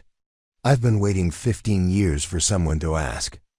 If your courage in going public can help me get recognition, then yes, I'm ready to tell my story too." Elena spent the next hour on the phone with Sarah Chun, comparing their experiences and discussing strategy. By the time she hung up, Elena realized that her individual fight for recognition had evolved into something much larger. Her phone immediately rang again. This time it was Admiral Harrison. "Captain, I've had 12 calls in the past 2 hours from other veterans whose cases are similar to yours. Your story is having exactly the catalytic effect we hoped for. Captain Chun called me. She's ready to go public." "Excellent. I'm already coordinating with congressional staff to organize a comprehensive review of classification-related recognition cases. Your story has given us the political momentum we needed to force systematic reform." Elena looked out Maria's apartment window at the city where she'd fought her bureaucratic battles for 18 years. Somewhere out there were other veterans, facing the same struggles, carrying the same burden of unrecognized sacrifice. "Admiral, what happens next?" "Congressional hearing next month. Multiple veterans testifying, including you and Captain Chun. Full media coverage, which means your story becomes part of the permanent record. And hopefully, legislative reform that prevents future veterans from facing what you've endured." Elena felt the weight of responsibility settling on her shoulders. Her decision to tell her story had launched something much bigger than personal recognition. "Are you ready for that level of scrutiny?" Admiral Harrison asked. Elena thought about the reporters outside her house, the congressional meeting scheduled for Friday, the other veterans who were finally finding their voices because she'd found hers. "Admiral, I've been ready for 18 years. I just didn't know it." The Hart Senate office building buzzed with activity as Elena made her way through security checkpoints and crowded hallways. 6 weeks had passed since the Washington Post article, and in that time, her story had generated national conversations about veteran recognition, military bureaucracy, and the unique challenges faced by female service members. Maria walked beside her, both of them dressed in their best professional attire. Elena wore her dress uniform with all her medals, including the Purple Heart, Bronze Star, and POW medal that had taken 18 years to receive. "Nervous?" Maria asked as they approached the hearing room. "Terrified," Elena admitted, "but also ready." Admiral Harrison met them outside the committee room, accompanied by 3 other women in military dress uniforms. "Captain Vasquez, I'd like you to meet your fellow witnesses," Admiral Harrison said. "Captain Sarah Chun, Army, Lieutenant Colonel. Jessica Martinez, Air Force. Staff Sergeant Monica Williams, Marine Corps." Elena shook hands with each woman, seeing her own determination reflected in their faces. These were the other veterans whose classified service had been forgotten, whose sacrifices had been bureaucratically erased. "Ladies, today you're not just telling your individual stories," Admiral Harrison continued. "You're representing every veteran whose service has been diminished by classification, policies that prioritize secrecy over recognition." Through the hearing room windows, Elena could see C-SPAN cameras being positioned and reporters taking their seats. The committee room was packed with veterans, military families, and advocacy group representatives. Congressman Martinez, the subcommittee chair, approached their group with a serious expression. "Ladies, thank you for your courage in coming forward. Your stories have already forced conversations that needed to happen, and today's testimony will be part of the official congressional record." Elena felt the weight of history settling around her.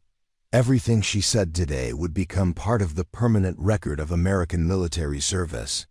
"The format will be opening statements from each of you, followed by questions from committee members," Congressman Martinez explained. "Some questions will be supportive, others challenging. Remember that you're under oath, but also that you're here because your service and sacrifice deserve recognition." Elena took her seat at the witness table, flanked by the other 3 veterans. The nameplate in front of her read, "Captain Elena Vasquez, U.S. Army, retired." After 18 years of bureaucratic battles, seeing her name and rank on an official congressional document felt surreal. Congressman Martinez called the hearing to order, and Elena felt her pulse quicken as television cameras turned toward the witness table. "Today's hearing addresses a critical failure in how our military recognizes The service and sacrifice of veterans whose heroic actions occurred during classified operations, Congressman Martinez began. The witnesses before us today represent dozens of similar cases across all service branches, veterans whose courage and sacrifice have been hidden behind classification barriers that prevent proper recognition. Elena listened as Congressman Martinez outlined the scope of the problem. Citing statistics Admiral Harrison had provided about unrecognized service in classified operations, Captain Vasquez, you may begin with your opening statement. Elena adjusted the microphone and looked out at the packed hearing room. In the audience, she could see Gunnery Sergeant Torres and the other veterans who had initially doubted her story. Their presence felt like validation of how far she'd come. Chairman Martinez, members of the committee, thank you for the opportunity to testify about my service and the 18-year battle I've fought for recognition of that service. Elena's voice was steady as she began her prepared statement, describing her deployment to Afghanistan, the attack on Fogue Chapman, and her capture by Taliban forces. During my captivity, Taliban interrogators used systematic torture to extract classified intelligence, Elena continued, her voice growing stronger with each word. I endured cigarette burns, knife cuts, electrical torture, and psychological abuse designed to break my resistance. She paused to roll up her sleeve, exposing the scars that had finally gained recognition at her Purple Heart ceremony. I revealed nothing that could endanger American lives or compromise ongoing operations. When Special Forces rescued me on November 21, 2006, I had protected every piece of classified information entrusted to me. Elena looked directly at the committee members as she continued. But when I returned home, the very classification system that had protected our operations became a barrier to recognizing my service. For 18 years, I fought a bureaucracy that could see evidence of my injuries but couldn't officially acknowledge how I received them. She described the maze of medical appointments with doctors who couldn't access her complete records, the denied disability claims, the years of appeals and reviews. The system that trained me to resist torture forgot to train itself to recognize the cost of that resistance, Elena said, her voice carrying the weight of 18 years of frustration. She concluded by describing Admiral Harrison's intervention and the medals she'd finally received. I'm not testifying today for personal recognition. I finally received that.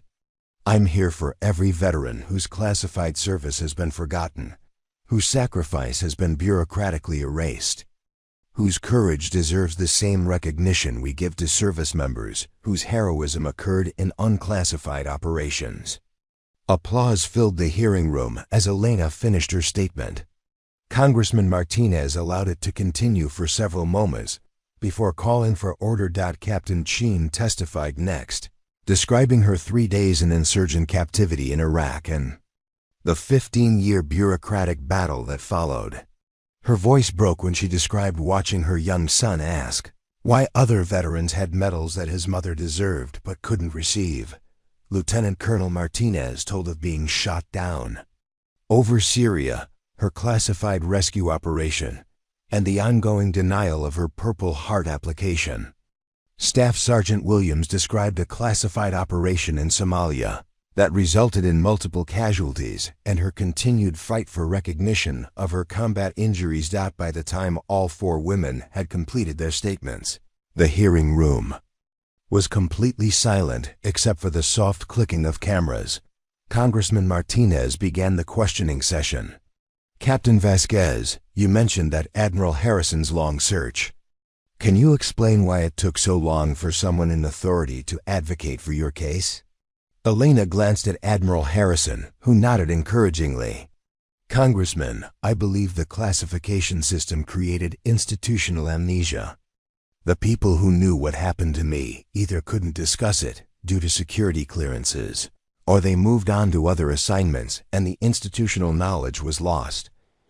Are you suggesting that the military simply forgot about your sacrifice? Not intentionally, sir, but practically yes. My case fell through the cracks between the intelligence community, which knew what happened but couldn't discuss it, and the personnel system, which processed my records without context. Congressman Williams, the ranking minority member, leaned forward with a skeptical expression. "Captain, some have suggested that security concerns justify the delays in recognition. How do you respond to the argument that protecting classified information is more important than individual recognition?" Elena had expected this question and had prepared carefully for it. "Congressman, I'm not asking anyone to compromise national security. The details of my capture were declassified 3 years ago. The broader issue is that the military needs systems to provide appropriate recognition for classified service without compromising ongoing operations. Can you give us an example of how that might work?" "Yes, sir. The military already has precedent for this, with special operations awards that are presented in classified ceremonies with sanitized citations. The recognition happens, but the operational details remain protected." Congresswoman Davis from California addressed the broader gender issues raised by the testimony. "Captain Vasquez, do you believe female veterans face unique challenges in receiving recognition for their service?" "Yes, ma'am. There's still a perception that women don't serve in dangerous roles, that we're somehow protected from combat. When female veterans claim recognition for heroic actions or combat injuries, we often face more skepticism than our male counterparts. How do we address that skepticism?" Elena thought about the veterans who had initially doubted her story at the Purple Heart ceremony. "Through education and transparency, ma'am.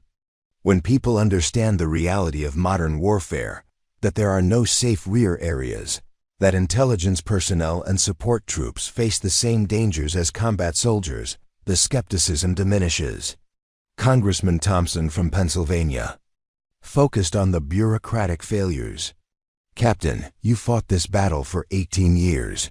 How many other veterans do you think are facing similar situations?" "Sir, Admiral Harrison has identified at least 12 similar cases in her preliminary review. But I suspect there are many more. The classification system affects thousands of service members across all branches. What would it take to fix this problem systematically?" Elena looked at Admiral Harrison, who had coached her on this crucial question. "3 things, sir. First, a comprehensive review of all cases where classification may have prevented proper recognition. Second, new procedures to ensure timely recognition for classified service without compromising security. Third, advocacy positions within each service branch to shepherd these cases through the bureaucracy." The questioning continued for 2 hours, with each committee member probing different aspects of the witnesses' experiences. Some questions were supportive, others challenging, but Elena felt that the overall tone recognized the legitimacy of their concerns. During the brief recess, Elena stepped outside the hearing room to find Maria surrounded by reporters. "How does it feel to see your mother finally getting the recognition she deserves?" a CNN reporter asked. "It feels like justice," Maria replied with the composure of someone who'd grown up navigating difficult questions. "But it also feels like this shouldn't have taken 18 years. No military family should have to fight this hard for recognition their loved one has earned." "Do you think your mother's case will lead to broader reforms?" "I hope so. My mother isn't the only veteran who's been forgotten. If her courage in speaking out helps other families avoid what we've been through, then everything we've endured will have been worth it." Elena felt a surge of pride in her daughter, who had become an articulate advocate for veteran recognition. When the hearing resumed, Congressman Martinez announced that the committee would be drafting legislation to address the issues raised by the testimony. The Classified Service Recognition Act will establish procedures to ensure that veterans receive timely recognition for heroic actions that occur during classified operations, he announced. "The witnesses here today have not only earned our respect and recognition, they've shown us problems that demand immediate attention." As the hearing concluded, Elena felt emotionally drained but also vindicated. Her story, painful as it had been to tell, was now part of the official congressional record and might prevent other veterans from facing the same battles. Admiral Harrison approached the witness table with a satisfied expression. "Ladies, you've just made history. This hearing will be cited for years as the catalyst that forced reform of military recognition policies." Elena gathered her materials, feeling the weight of what she'd accomplished. But she also sensed that her public advocacy was far from over. "Admiral, what happens now?" "Now the real work begins. Congressional legislation, policy implementation, ongoing advocacy to ensure the reforms actually happen. Your story opened the door, but keeping it open will require continued effort." Elena looked around the hearing room, which was slowly emptying. As reporters filed their stories and committee members returned to other business, "I'm ready for whatever comes next," she said. "Even if it means more media attention, more testimony, more public scrutiny." Elena thought about the 18 years she'd spent fighting bureaucracy in relative anonymity, the nights she'd wondered if her sacrifice would ever be acknowledged, the daughter who'd grown up watching her mother carry an invisible burden. "Admiral, I've spent 18 years being ignored. If continued public attention helps other veterans avoid that experience, then I welcome the scrutiny."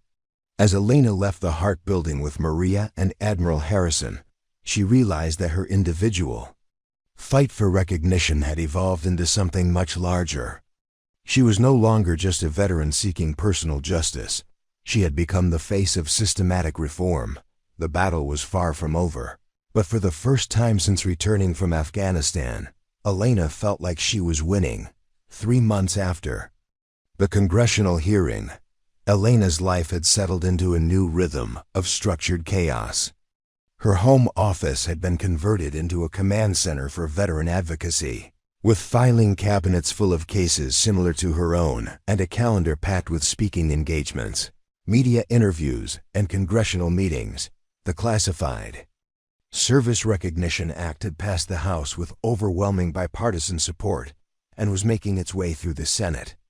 Elena had testified twice more, this time as an expert witness on military bureaucracy rather than just someone seeking personal recognition.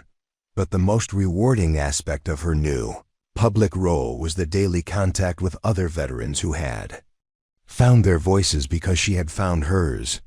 "Mom, you have 17 new emails from veterans," Maria called from the kitchen, where she was managing Elena's correspondence while grading papers from her teaching job.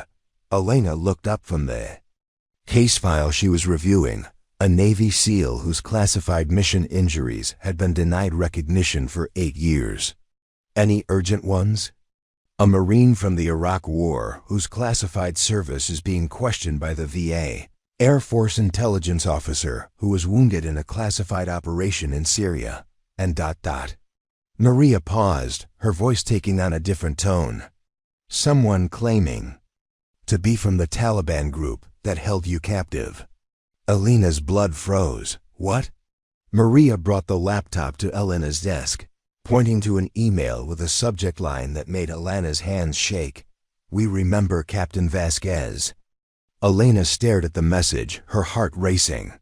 In all the public attention surrounding her case, she'd never considered that her former captors might be monitoring American media. "Should I call Admiral Harrison?" Maria asked, recognizing the signs of her mother's anxiety. "Not yet. Let me read it first." Elena opened the email with trembling fingers. "Captain Vasquez, we have seen your story in American media. We remember you from 2006. You were strong then. You are strong now. We respect your courage in speaking truth about what happened. Your sacrifice should be honored by your country. A former enemy who learned to respect you." Elena read the message 3 times, her emotions cycling between fear, confusion, and something that might have been relief. "Mom, what does it say?" Elena turned the laptop toward Maria, who read the message with growing amazement. "They single quotes read ... supporting you? It appears so. Elena's phone rang before she could process the implications further. The caller ID showed Admiral Harrison's number. "Captain, have you seen the news this morning?" "What news?" "The Pentagon just announced a comprehensive review of all military recognition cases involving classified service dating back to 2001. Your congressional testimony has forced them to take systematic action." Elena felt a surge of satisfaction mixed with the lingering anxiety from the mysterious email. "Admiral, I just received a concerning message. Someone claiming to be from the Taliban group that held me captive." There was a pause on the line. "What kind of message?" Elena read the email to Admiral Harrison, who listened with growing interest. "Captain, this is actually not uncommon. Former adversaries sometimes reach out to veterans whose stories become public, especially if they developed a form of respect during captivity. Should I be worried about security? I'll have our intelligence people review the message, but it doesn't sound threatening. If anything, it reinforces the credibility of your account. Your former captors remember you as someone who couldn't be broken." Elena felt an unexpected sense of validation. Even her enemies had recognized her strength and integrity. "Admiral, there's something else. I've been contacted by over 50 veterans whose cases are similar to mine. They're all looking for help navigating the recognition process. Preparing and narrating this type of story took us long efforts and hard work. So if you are enjoying the story, please consider subscribing to our channel." That's exactly what we hoped would happen. Your story has given them permission to speak up about their own experiences. Elena looked around her home office, which had become an informal clearinghouse for forgotten veterans seeking recognition. "I'm not qualified to handle this volume of cases. These people need professional help." "Actually, Captain, you're more qualified than you realize.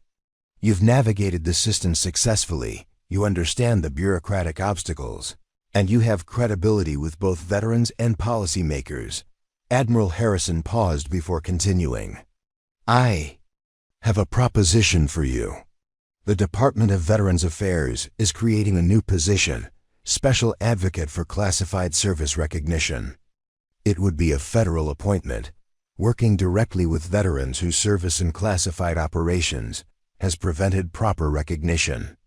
Elena felt her world shift again. "You're offering me a government job?"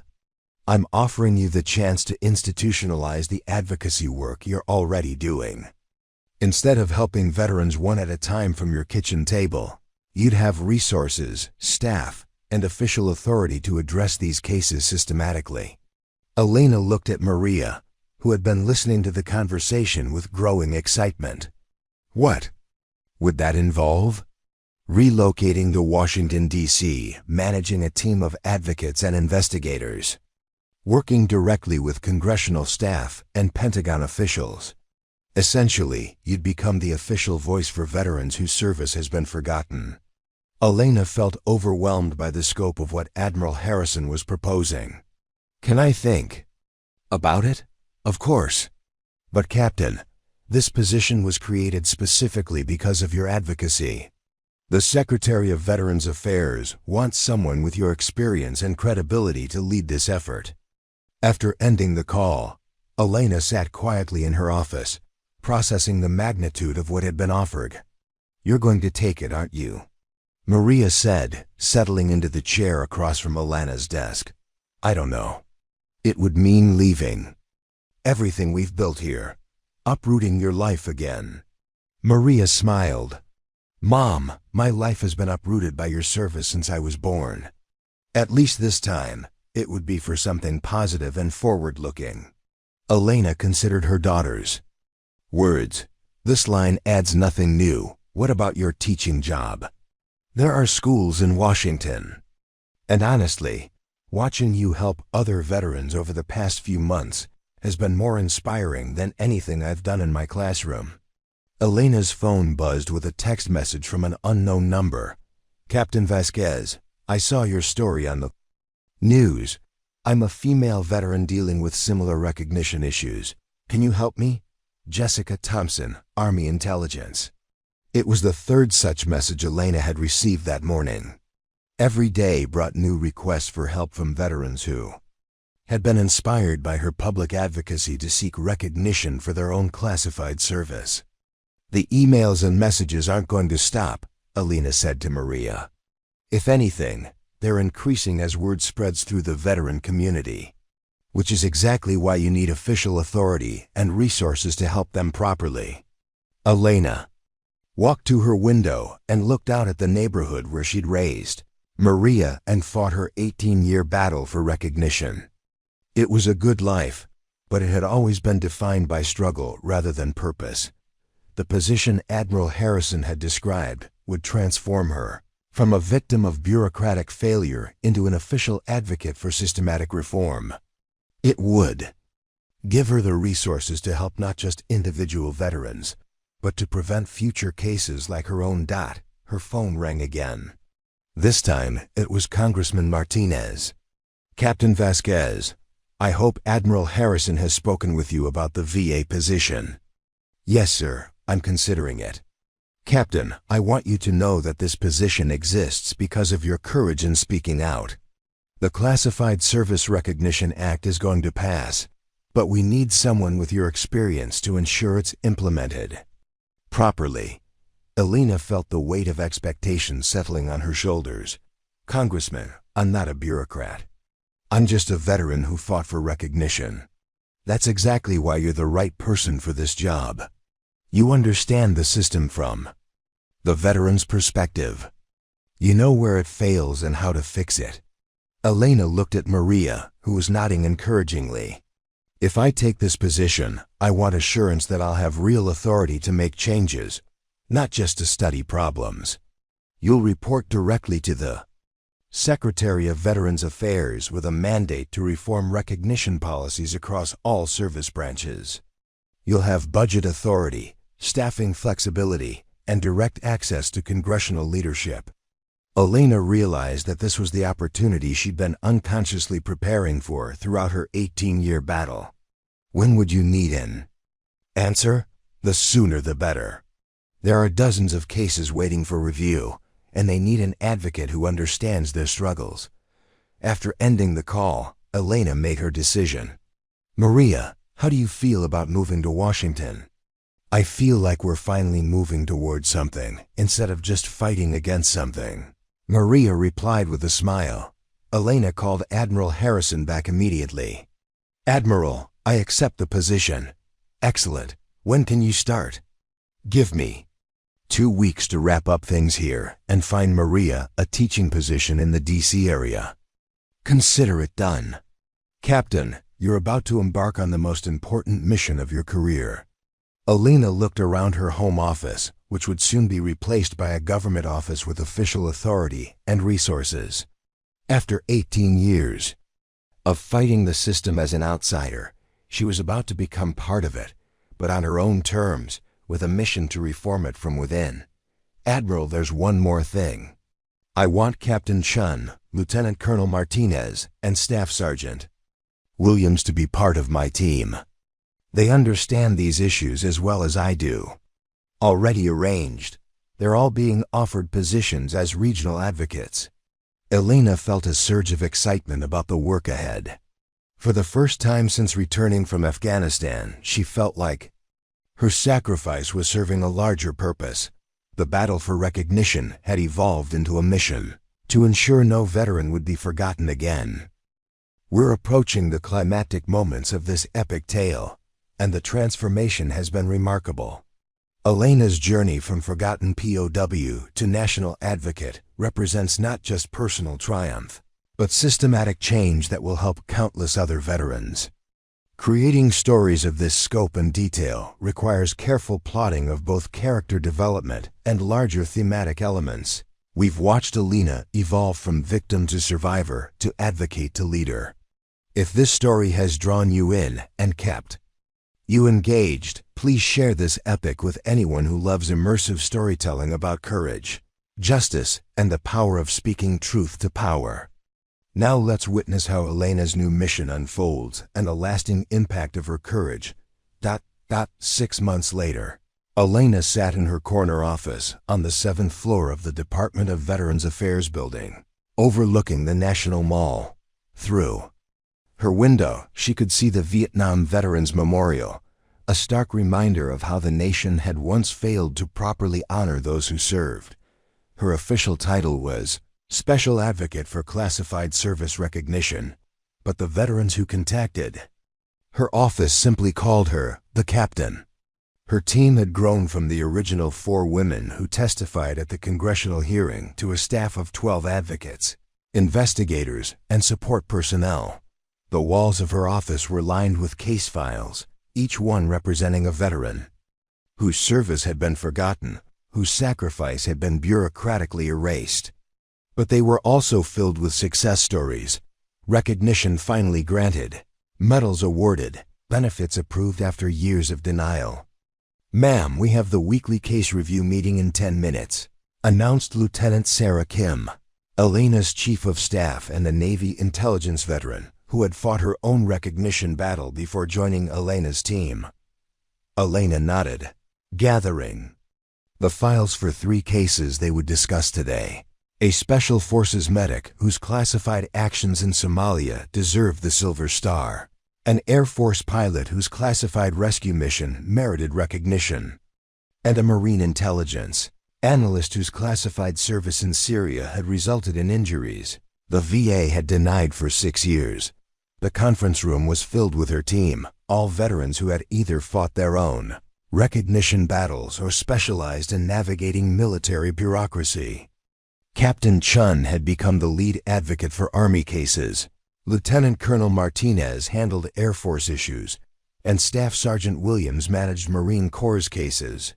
"Let's start with the Somalia case," Elena said, opening the file for staff. Sergeant Michael Rivera. "Sarah, what's the current status?" Lieutenant Kim consulted her notes. Medical records confirm injuries consistent with his account. The classified after-action report supports his version of events. The obstacle is that Special Operations Command is claiming the entire operation is still too sensitive to acknowledge. Elena had seen this pattern dozens of times. Military units using classification as a shield to avoid admitting mistakes or granting recognition that might draw attention to controversial operations. "Have we reached out to the original mission commander?" Colonel Thompson, now retired. "He's willing to provide a sworn statement supporting Staff Sergeant Rivera's account, but he's concerned about potential legal issues." Elena made a note. "Set up a meeting with SOCAM leadership. Sometimes face-to-face conversations can resolve issues that paperwork can't." They moved through the other cases, each presenting unique challenges but following familiar patterns.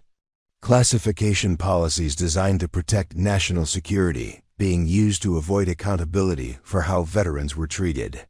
"Ma'am, staff," Sergeant Williams interjected during discussion of the Syria case, "I'm seeing increasing resistance from some commands.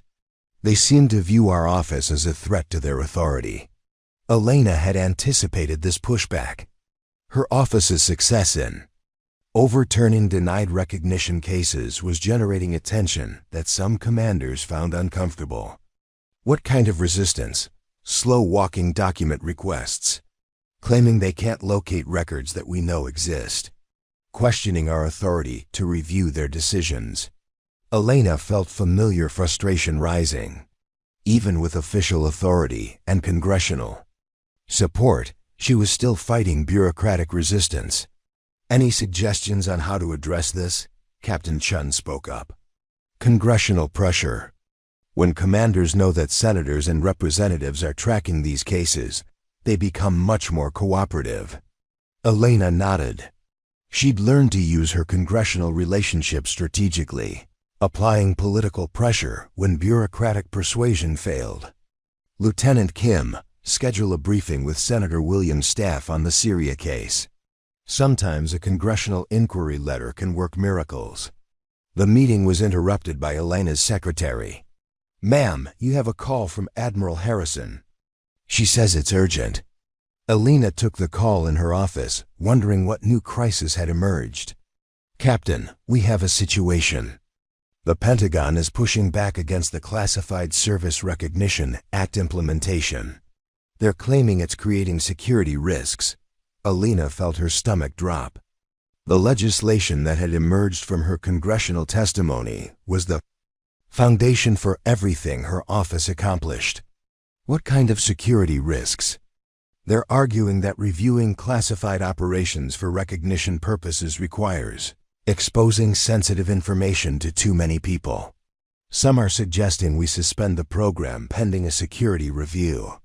Elena realized this was a direct attack on the work her office was doing. Admiral, this sounds like bureaucratic pushback disguised as security concerns. Exactly, but we need to take it seriously. If they can convince Congress that the program poses security risks, they could shut us down. Elena looked around her office, thinking about the dozens of cases currently under review and the hundreds of veterans who had contacted her office seeking help. What do we need to do? Prove that proper recognition can happen without compromising security. We need examples of cases where we've successfully resolved recognition issues while protecting classified information. Elena immediately thought of several cases where her office had worked with military commands to develop sanitized citations and recognition procedures that protected operational details while honoring veteran service. I can put together a briefing on our procedures within 48 hours. Good, but Captain, we also need political support. This is ultimately about congressional authority versus Pentagon autonomy. Elena understood the broader implications. Her office existed because Congress had forced the Pentagon to address recognition failures. If the Pentagon could convince Congress that the program was dangerous, they could eliminate congressional oversight of their recognition processes. Who's leading the opposition? Assistant Secretary of Defense Morrison. He's scheduled to testify before the House Armed Services Committee next week, arguing for suspension of the program. Elena felt a surge of determination. After fighting for recognition for 18 years, she wasn't about to let bureaucratic fear shut down a program that was finally helping forgotten veterans. Admiral, I want to testify at that hearing. Let me defend the program we've built. Are you sure? This will be a hostile environment. Morrison has Pentagon lawyers and institutional support. And I have 18 years of experience fighting this bureaucracy, plus a team of advocates who understand these issues better than any Pentagon briefer. Elena spent the rest of the day preparing for what she realized would be the most important testimony of her career. Not for personal recognition this time, but to defend a program that could help thousands of veterans receive the recognition they'd earned. That evening, Elena called Maria from her D.C. apartment. "How was your day?" Maria asked. She had successfully transitioned to teaching at a school in Arlington and had become actively involved in military, family support organizations. Challenging. The Pentagon is trying to shut down our program. Elena explained the situation, watching Maria's expression shift from concern to determination. "What do you need me to do?" "I need you to contact every veteran family organization you work with. We need grassroots pressure to counter the Pentagon's institutional influence." Maria was already making notes. "I'll start with the military family. Life Counselors Network. They see firsthand how recognition issues affect families." Elena felt grateful for her daughter's support, but also concerned about involving her in what could become a high-profile political battle. "Maria, this could get ugly. Pentagon officials don't like being challenged publicly." "Mom, I've watched you fight this battle my entire life. I'm not going to stop supporting you now when you're finally in a position to help other families." Elena spent the next week preparing her testimony and coordinating with veteran advocacy groups nationwide. The response was overwhelming. Hundreds of veterans and their families contacted congressional offices supporting the program, but Elena also received pushback. Anonymous phone calls questioning her motives. Email messages suggesting she was endangering national security for personal gain. Even some veterans questioned whether the program was worth potential security risks. The night before the hearing, Elena sat in her office reviewing her prepared statement. She thought about the 53 veterans her office had helped receive recognition in just 6 months of operation. She thought about the hundreds more whose cases were under review. Most importantly, she thought about future veterans who might serve in classified operations, wondering whether they would receive recognition for their service or be forgotten like she had been. Admiral Harrison called as Elena was packing her briefcase. "Ready for tomorrow?" "As ready as I can be." "What's the committee composition looking like?" "Mixed. About half support the program, a quarter are opposed, and a quarter are undecided." "Your testimony could tip the balance." Elena felt the familiar pre-combat anxiety she'd experienced before dangerous missions in Afghanistan. "Admiral, if they shut down the program, what happens to the cases we're currently handling?" "They go back to the same bureaucratic maze that took 18 years to resolve your case. The veterans we're helping now could wait decades for recognition." Elena realized that tomorrow's testimony wasn't just about defending a program. It was about defending every veteran whose service had been classified and forgotten.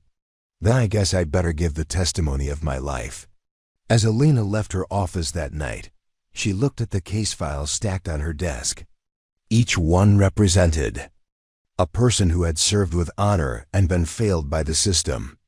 Tomorrow, she would fight for all of them. The battle for recognition had become a battle for the soul of how America honors its veterans. The House Armed Services Committee hearing room was packed beyond capacity, with overflow crowds watching from adjacent rooms and live streams carrying the proceedings to military bases worldwide.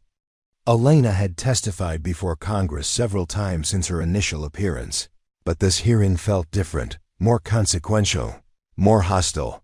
Assistant Secretary of Defense Morrison sat at the witness table across from Elena, flanked by Pentagon lawyers and briefing materials.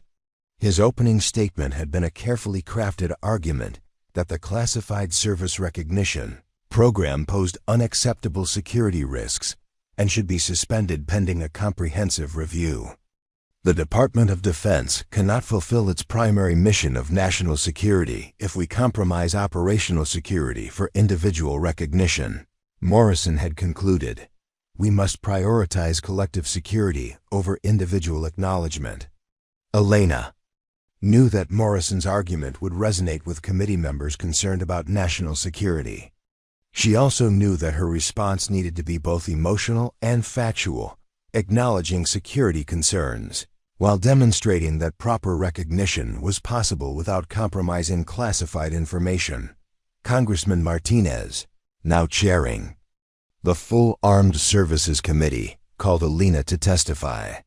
Secretary Morrison has argued that your office's activities pose security risks. Congressman Martinez began. How do you respond to those concerns? Elena adjusted her microphone and looked directly at the committee members. Mr. Chairman, in 6 months of operation, our office has resolved 53 cases of denied or delayed recognition for veterans whose service occurred during classified operations. In every single case, we've worked with military commands to develop recognition procedures that protect classified information while honoring veteran service. She opened her briefing folder, revealing a chart showing their success rate. We've created sanitized citations that acknowledge heroic actions without revealing operational details. We've established classified medal ceremonies that provide recognition without public disclosure. We've worked with intelligence agencies to declassify appropriate portions of service records while protecting sensitive information. Elena paused to let the statistics sink in. Not once, not in 53 cases, have we compromised classified information or operational security. What we have done is prove that proper recognition and security protection can coexist. Congressman Williams, the ranking minority member, leaned forward with a skeptical expression. Captain Vasquez, Secretary Morrison has presented evidence that your office has requested access to highly classified materials. How do you justify those requests? Elena had expected this line of questioning and had prepared carefully. Congressman, we request access only to specific documents needed to verify veteran claims. Our staff all hold appropriate security clearances, and we follow established procedures for handling classified information. She gestured toward her team members seated in the audience. The advocates in our office are all veterans who previously held similar clearances during their military service. We understand both the importance of protecting classified information and the devastating impact of bureaucratic denial on veterans and their families. Secretary Morrison requested permission to respond. Mr. Chairman, the issue isn't whether Captain Vasquez's staff can handle classified information. The issue is whether this program creates systematic vulnerabilities by centralizing review of classified operations in ways that could be exploited by foreign intelligence services. Elena felt anger building in her chest. Morrison was using national security as a shield to protect bureaucratic incompetence. Mr. Chairman, may I address Secretary Morrison's concerns directly? Congressman Martinez nodded. Elena turned to face Morrison across the witness table. Secretary Morrison, are you suggesting that the Department of Defense cannot securely review its own classified operations for recognition purposes? Because that's essentially what you're arguing. Morrison shifted uncomfortably. Captain, the issue is more complex than you're presenting. No, sir, it's not, Elena replied firmly. For 18 years, I fought a bureaucracy that used classification as an excuse to avoid recognizing veteran service. Your department's position today is identical to the position it took when it denied my Purple Heart application in 2008, 2012, and 2016. Elena pulled out a folder of documents. I have copies of denial letters from your department using nearly identical language about security concerns. The only difference is that now you're arguing against an entire program instead of individual cases. The hearing room was completely silent as Elena continued. Secretary Morrison, how many veterans has your department helped receive recognition for classified service in the past year? Morrison consulted his notes. I don't have that specific number available. I do, 0. Your department has not approved a single recognition case involving classified service in the past 12 months. Our office has approved 53. Elena stood, feeling the weight of 18 years of bureaucratic battles fueling her words. The security concerns you're raising are the same concerns that kept me fighting for recognition for nearly 2 decades. They're the same concerns that have denied recognition to thousands of veterans whose service deserves acknowledgement.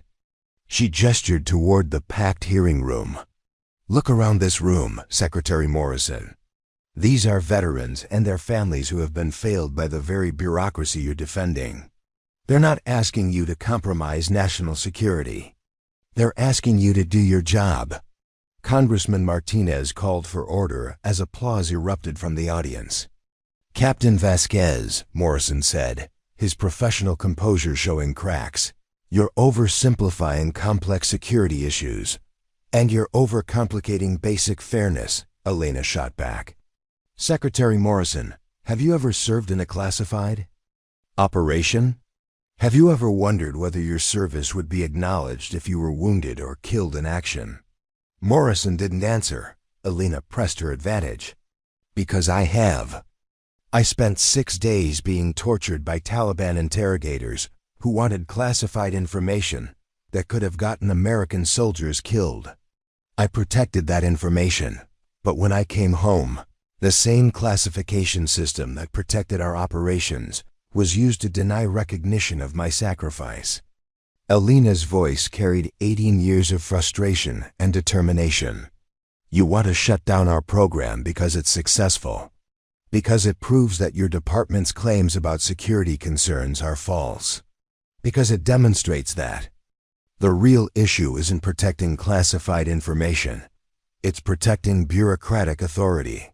Congressman Martinez intervened before Morrison could respond. Captain Vasquez, what would happen to the veterans your office is currently helping if the program were suspended? Elena looked at the case files in her briefing folder, thinking about the individual stories behind each one. Mr. Chairman, they would return to the same bureaucratic maze that I navigated for 18 years. Some might eventually receive recognition, but most would give up fighting the system. Their service and sacrifice would be forgotten. And the broader impact? Every service member currently deployed in classified operations would learn that their potential sacrifice might not be acknowledged. Every military family would understand that classification can be used to deny recognition rather than protect. Security. Elena paused, looking directly at the committee members. Mr. Chairman, members of the committee, this isn't just about individual recognition. This is about whether America keeps its promises to the people who serve in its most dangerous and sensitive missions. Congressman Davis from California asked the question Elena had been hoping for. Captain, what would you say to critics who argue that your personal experience makes you biased in favor of veterans at the expense of legitimate security concerns? Elena smiled slightly. This was the question she'd spent weeks preparing to answer. Congresswoman, my personal experience makes me uniquely qualified to balance veteran needs with security requirements. I've lived with classified information for decades. I've endured torture rather than compromise operational security. I understand both the importance of protecting sensitive information and the devastating cost of bureaucratic indifference. She gestured towards Secretary Morrison.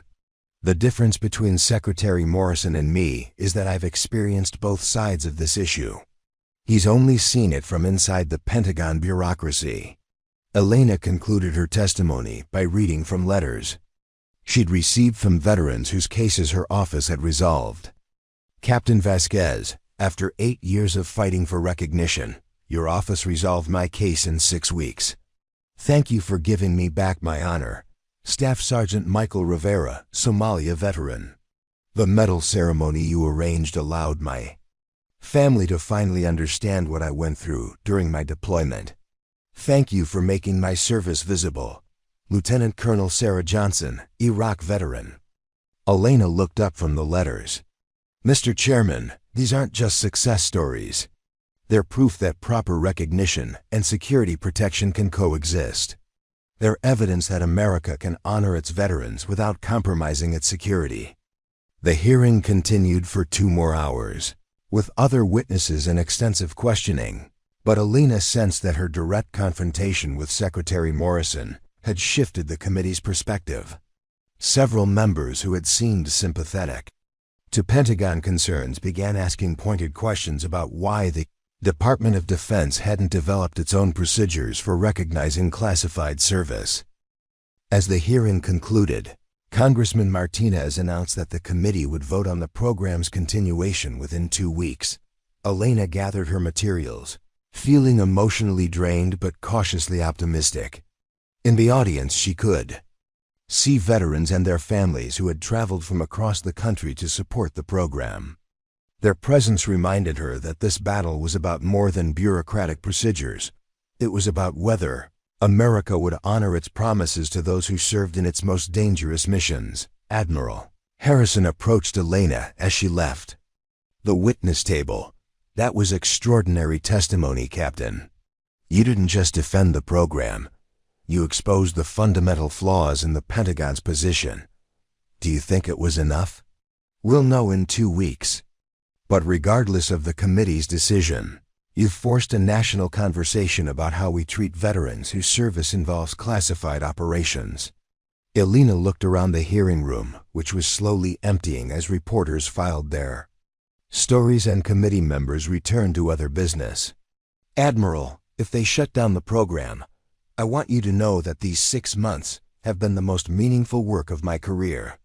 We've proven that systematic reform is possible. Captain, I don't think you need to worry about the program being shut down. Morrison's testimony was defensive and unconvincing. Your response was passionate and factual. The committee saw the difference. Elena hoped Admiral Harrison was right, but she'd learned not to underestimate bureaucratic resistance. 2 days later, Elena was back in her office reviewing case files when Lieutenant Kim knocked on her door. "Ma'am, you need to see this." Kim handed Elena a tablet displaying a news article from the Military Times. Pentagon withdraws opposition to veteran recognition program. Elena read the article with growing amazement. Secretary Morrison had issued a statement withdrawing the Defense Department's request to suspend the classified service recognition program, citing productive discussions with congressional leadership about balancing veteran recognition with security requirements. "What changed?" Elena asked. "According to my sources on Capitol Hill, the committee received over 10,000 contacts from veterans and military families supporting the program after your testimony," Kim explained. Several committee members told Pentagon leadership that shutting down the program would be political suicide. Elena felt a surge of satisfaction mixed with relief. The grassroots response to her testimony had created the political pressure needed to force the Pentagon to back down. Her phone rang immediately. It was Congressman Martinez. "Captain, congratulations, you've won this round." "Thank you, Mr. Chairman." "What happens now?" "Now we expand the program. The committee is allocating additional funding and staff for your office. We're also requiring the Pentagon to develop their own procedures for recognizing classified service, with your office providing oversight." Elena felt the magnitude of what they'd accomplished settling over her. Not only had they saved the program, but they'd forced the military to take systematic action on recognition issues. "There's something else," Congressman Martinez continued. "The President wants to meet with you next week. He's considering issuing an executive order on veteran recognition that would codify these reforms government-wide." Elena sat down heavily in her chair. A presidential meeting would elevate the entire issue to the highest levels of government. "Mr. Chairman, I'm not sure I'm prepared for that level of attention." "Captain, you've been preparing for this your entire career. Everything you've experienced, your service, your capture, your 18-year fight for recognition, your advocacy work, has led to this moment." After ending the call, Elena sat quietly in her office, processing the implications of what had just happened. Her individual fight for recognition had evolved into a systematic reform that would help thousands of veterans receive the honor they'd earned. Maria called that evening, her voice filled with excitement. "Mom, I just saw the news. You did it." "We did it," Elena corrected. "None of this would have been possible without your support. So what's next?" Elena looked at the stack of new case files on her desk, veterans whose stories had been inspired by her public advocacy to seek recognition for their own classified service. "Next, we make sure this program becomes permanent. We help every veteran who's been forgotten. We prove that America can honor its promises to the people who serve in its most dangerous missions." "And personally, what's next for you?" Elena considered the question. For 18 years, her life had been defined by fighting for recognition. Now that the fight was won, she had to decide what victory looked like. "I think I keep doing exactly what I'm doing. Helping other veterans get the recognition they've earned. Making sure the system works the way it's supposed to work." "No thoughts of retirement? Of finally having a normal life?" Elena laughed. "Maria, I've never had a normal life. And honestly, I don't think I'd know what to do with one." 3 weeks later, Elena stood in the Oval Office as President Williams signed Executive Order 14,823, ensuring recognition for classified military service. The order established permanent procedures for recognizing heroic actions that occurred during classified operations and created Elena's position as a permanent federal office. "Captain Vasquez," the President said as he handed her the pen used to sign the order, "your courage in speaking out about your experience has forced our government to confront failures that should never have occurred. This executive order ensures that future veterans won't face the battles you fought.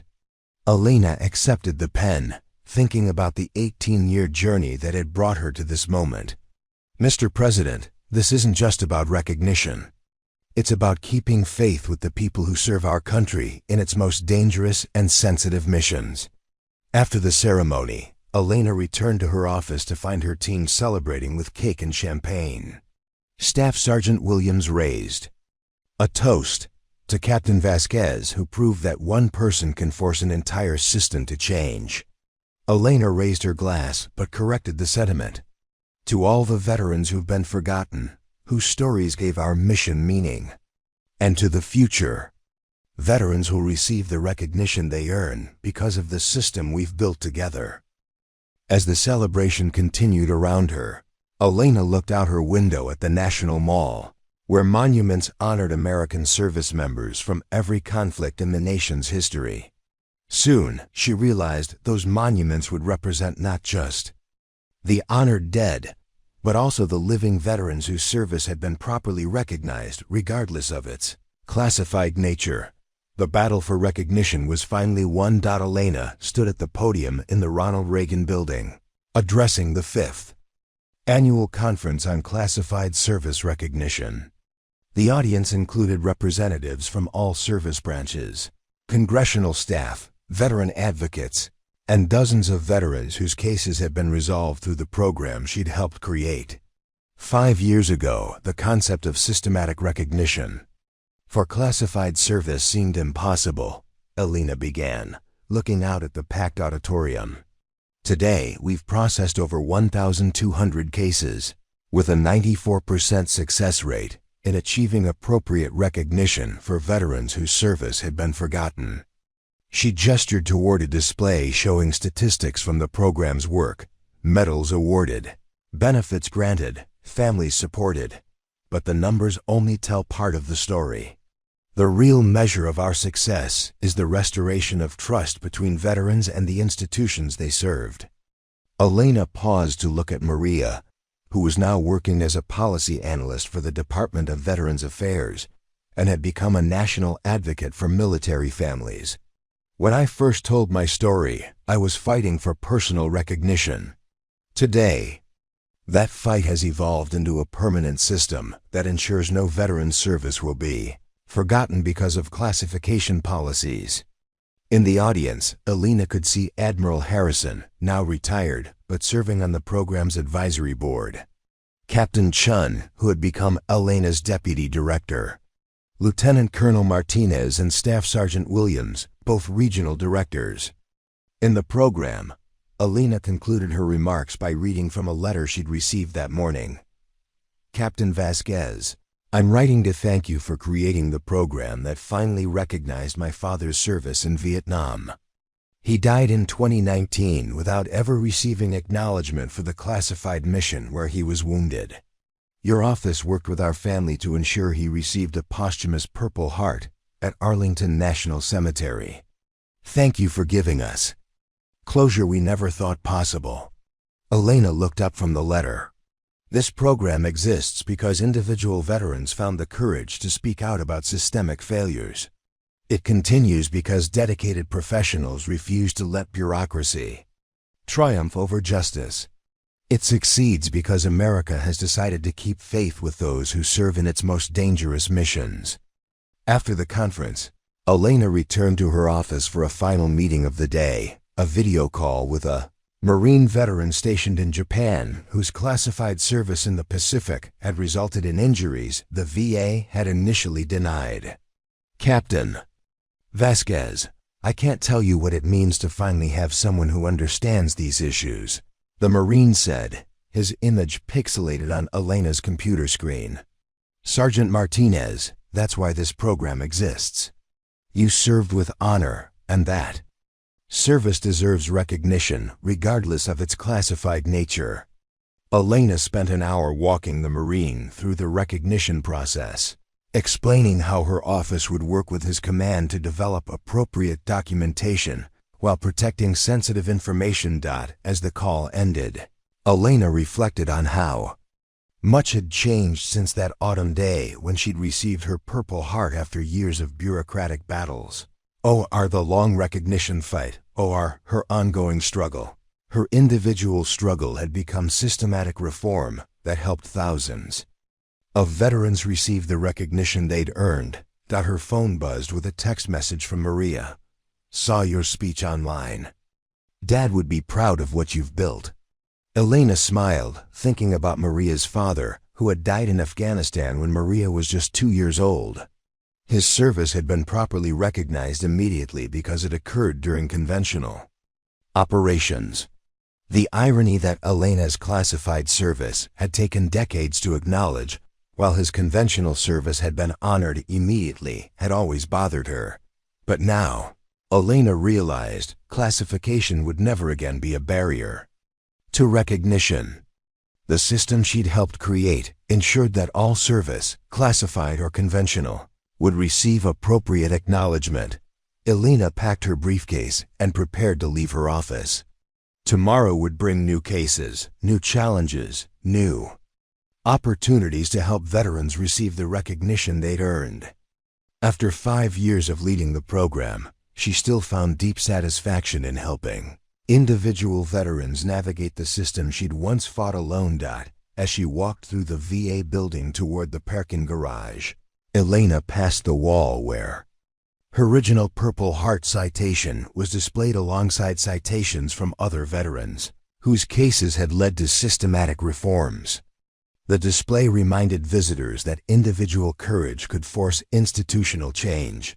Outside, the late afternoon sun cast long shadows across the National Mall. Elena could see the Washington Monument, the Lincoln Memorial, and the other landmarks that honored American service and sacrifice.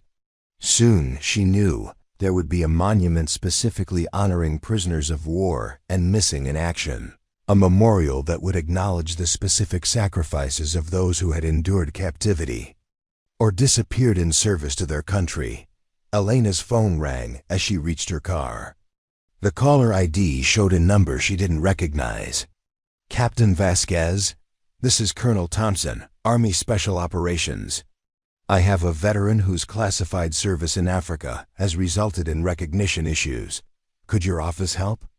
Elena smiled, feeling the familiar satisfaction of knowing that her work would continue helping veterans receive the honor they'd earned.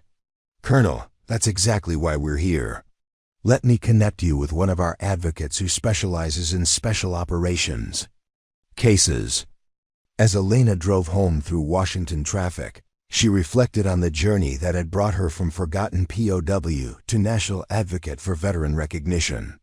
The 18-year battle for personal acknowledgement had evolved into a permanent system that ensured no veteran's service would be bureaucratically erased.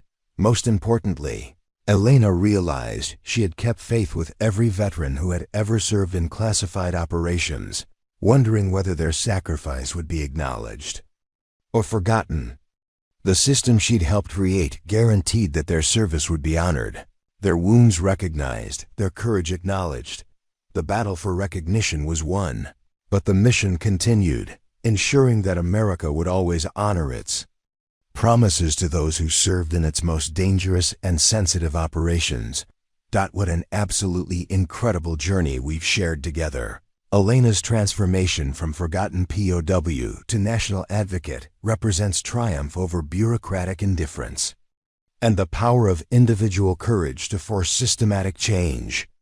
Creating a story of this scope and emotional depth requires careful attention to character development, thematic resonance, and the broader social issues that give personal struggles universal meaning. This has been the equivalent of a complete novella, crafted to explore themes of service, sacrifice, recognition, and the ongoing fight for justice that defines the veteran experience. If this epic story moved you, inspired you, or simply entertained you through this incredible journey of courage and perseverance, please share it with anyone who loves compelling narratives about the power of speaking truth to power and never giving up the fight for what's right. Thank you for joining me on this remarkable adventure through Elena's journey from victim to victor. From forgotten soldier to national advocate who changed the system for thousands of her fellow veterans.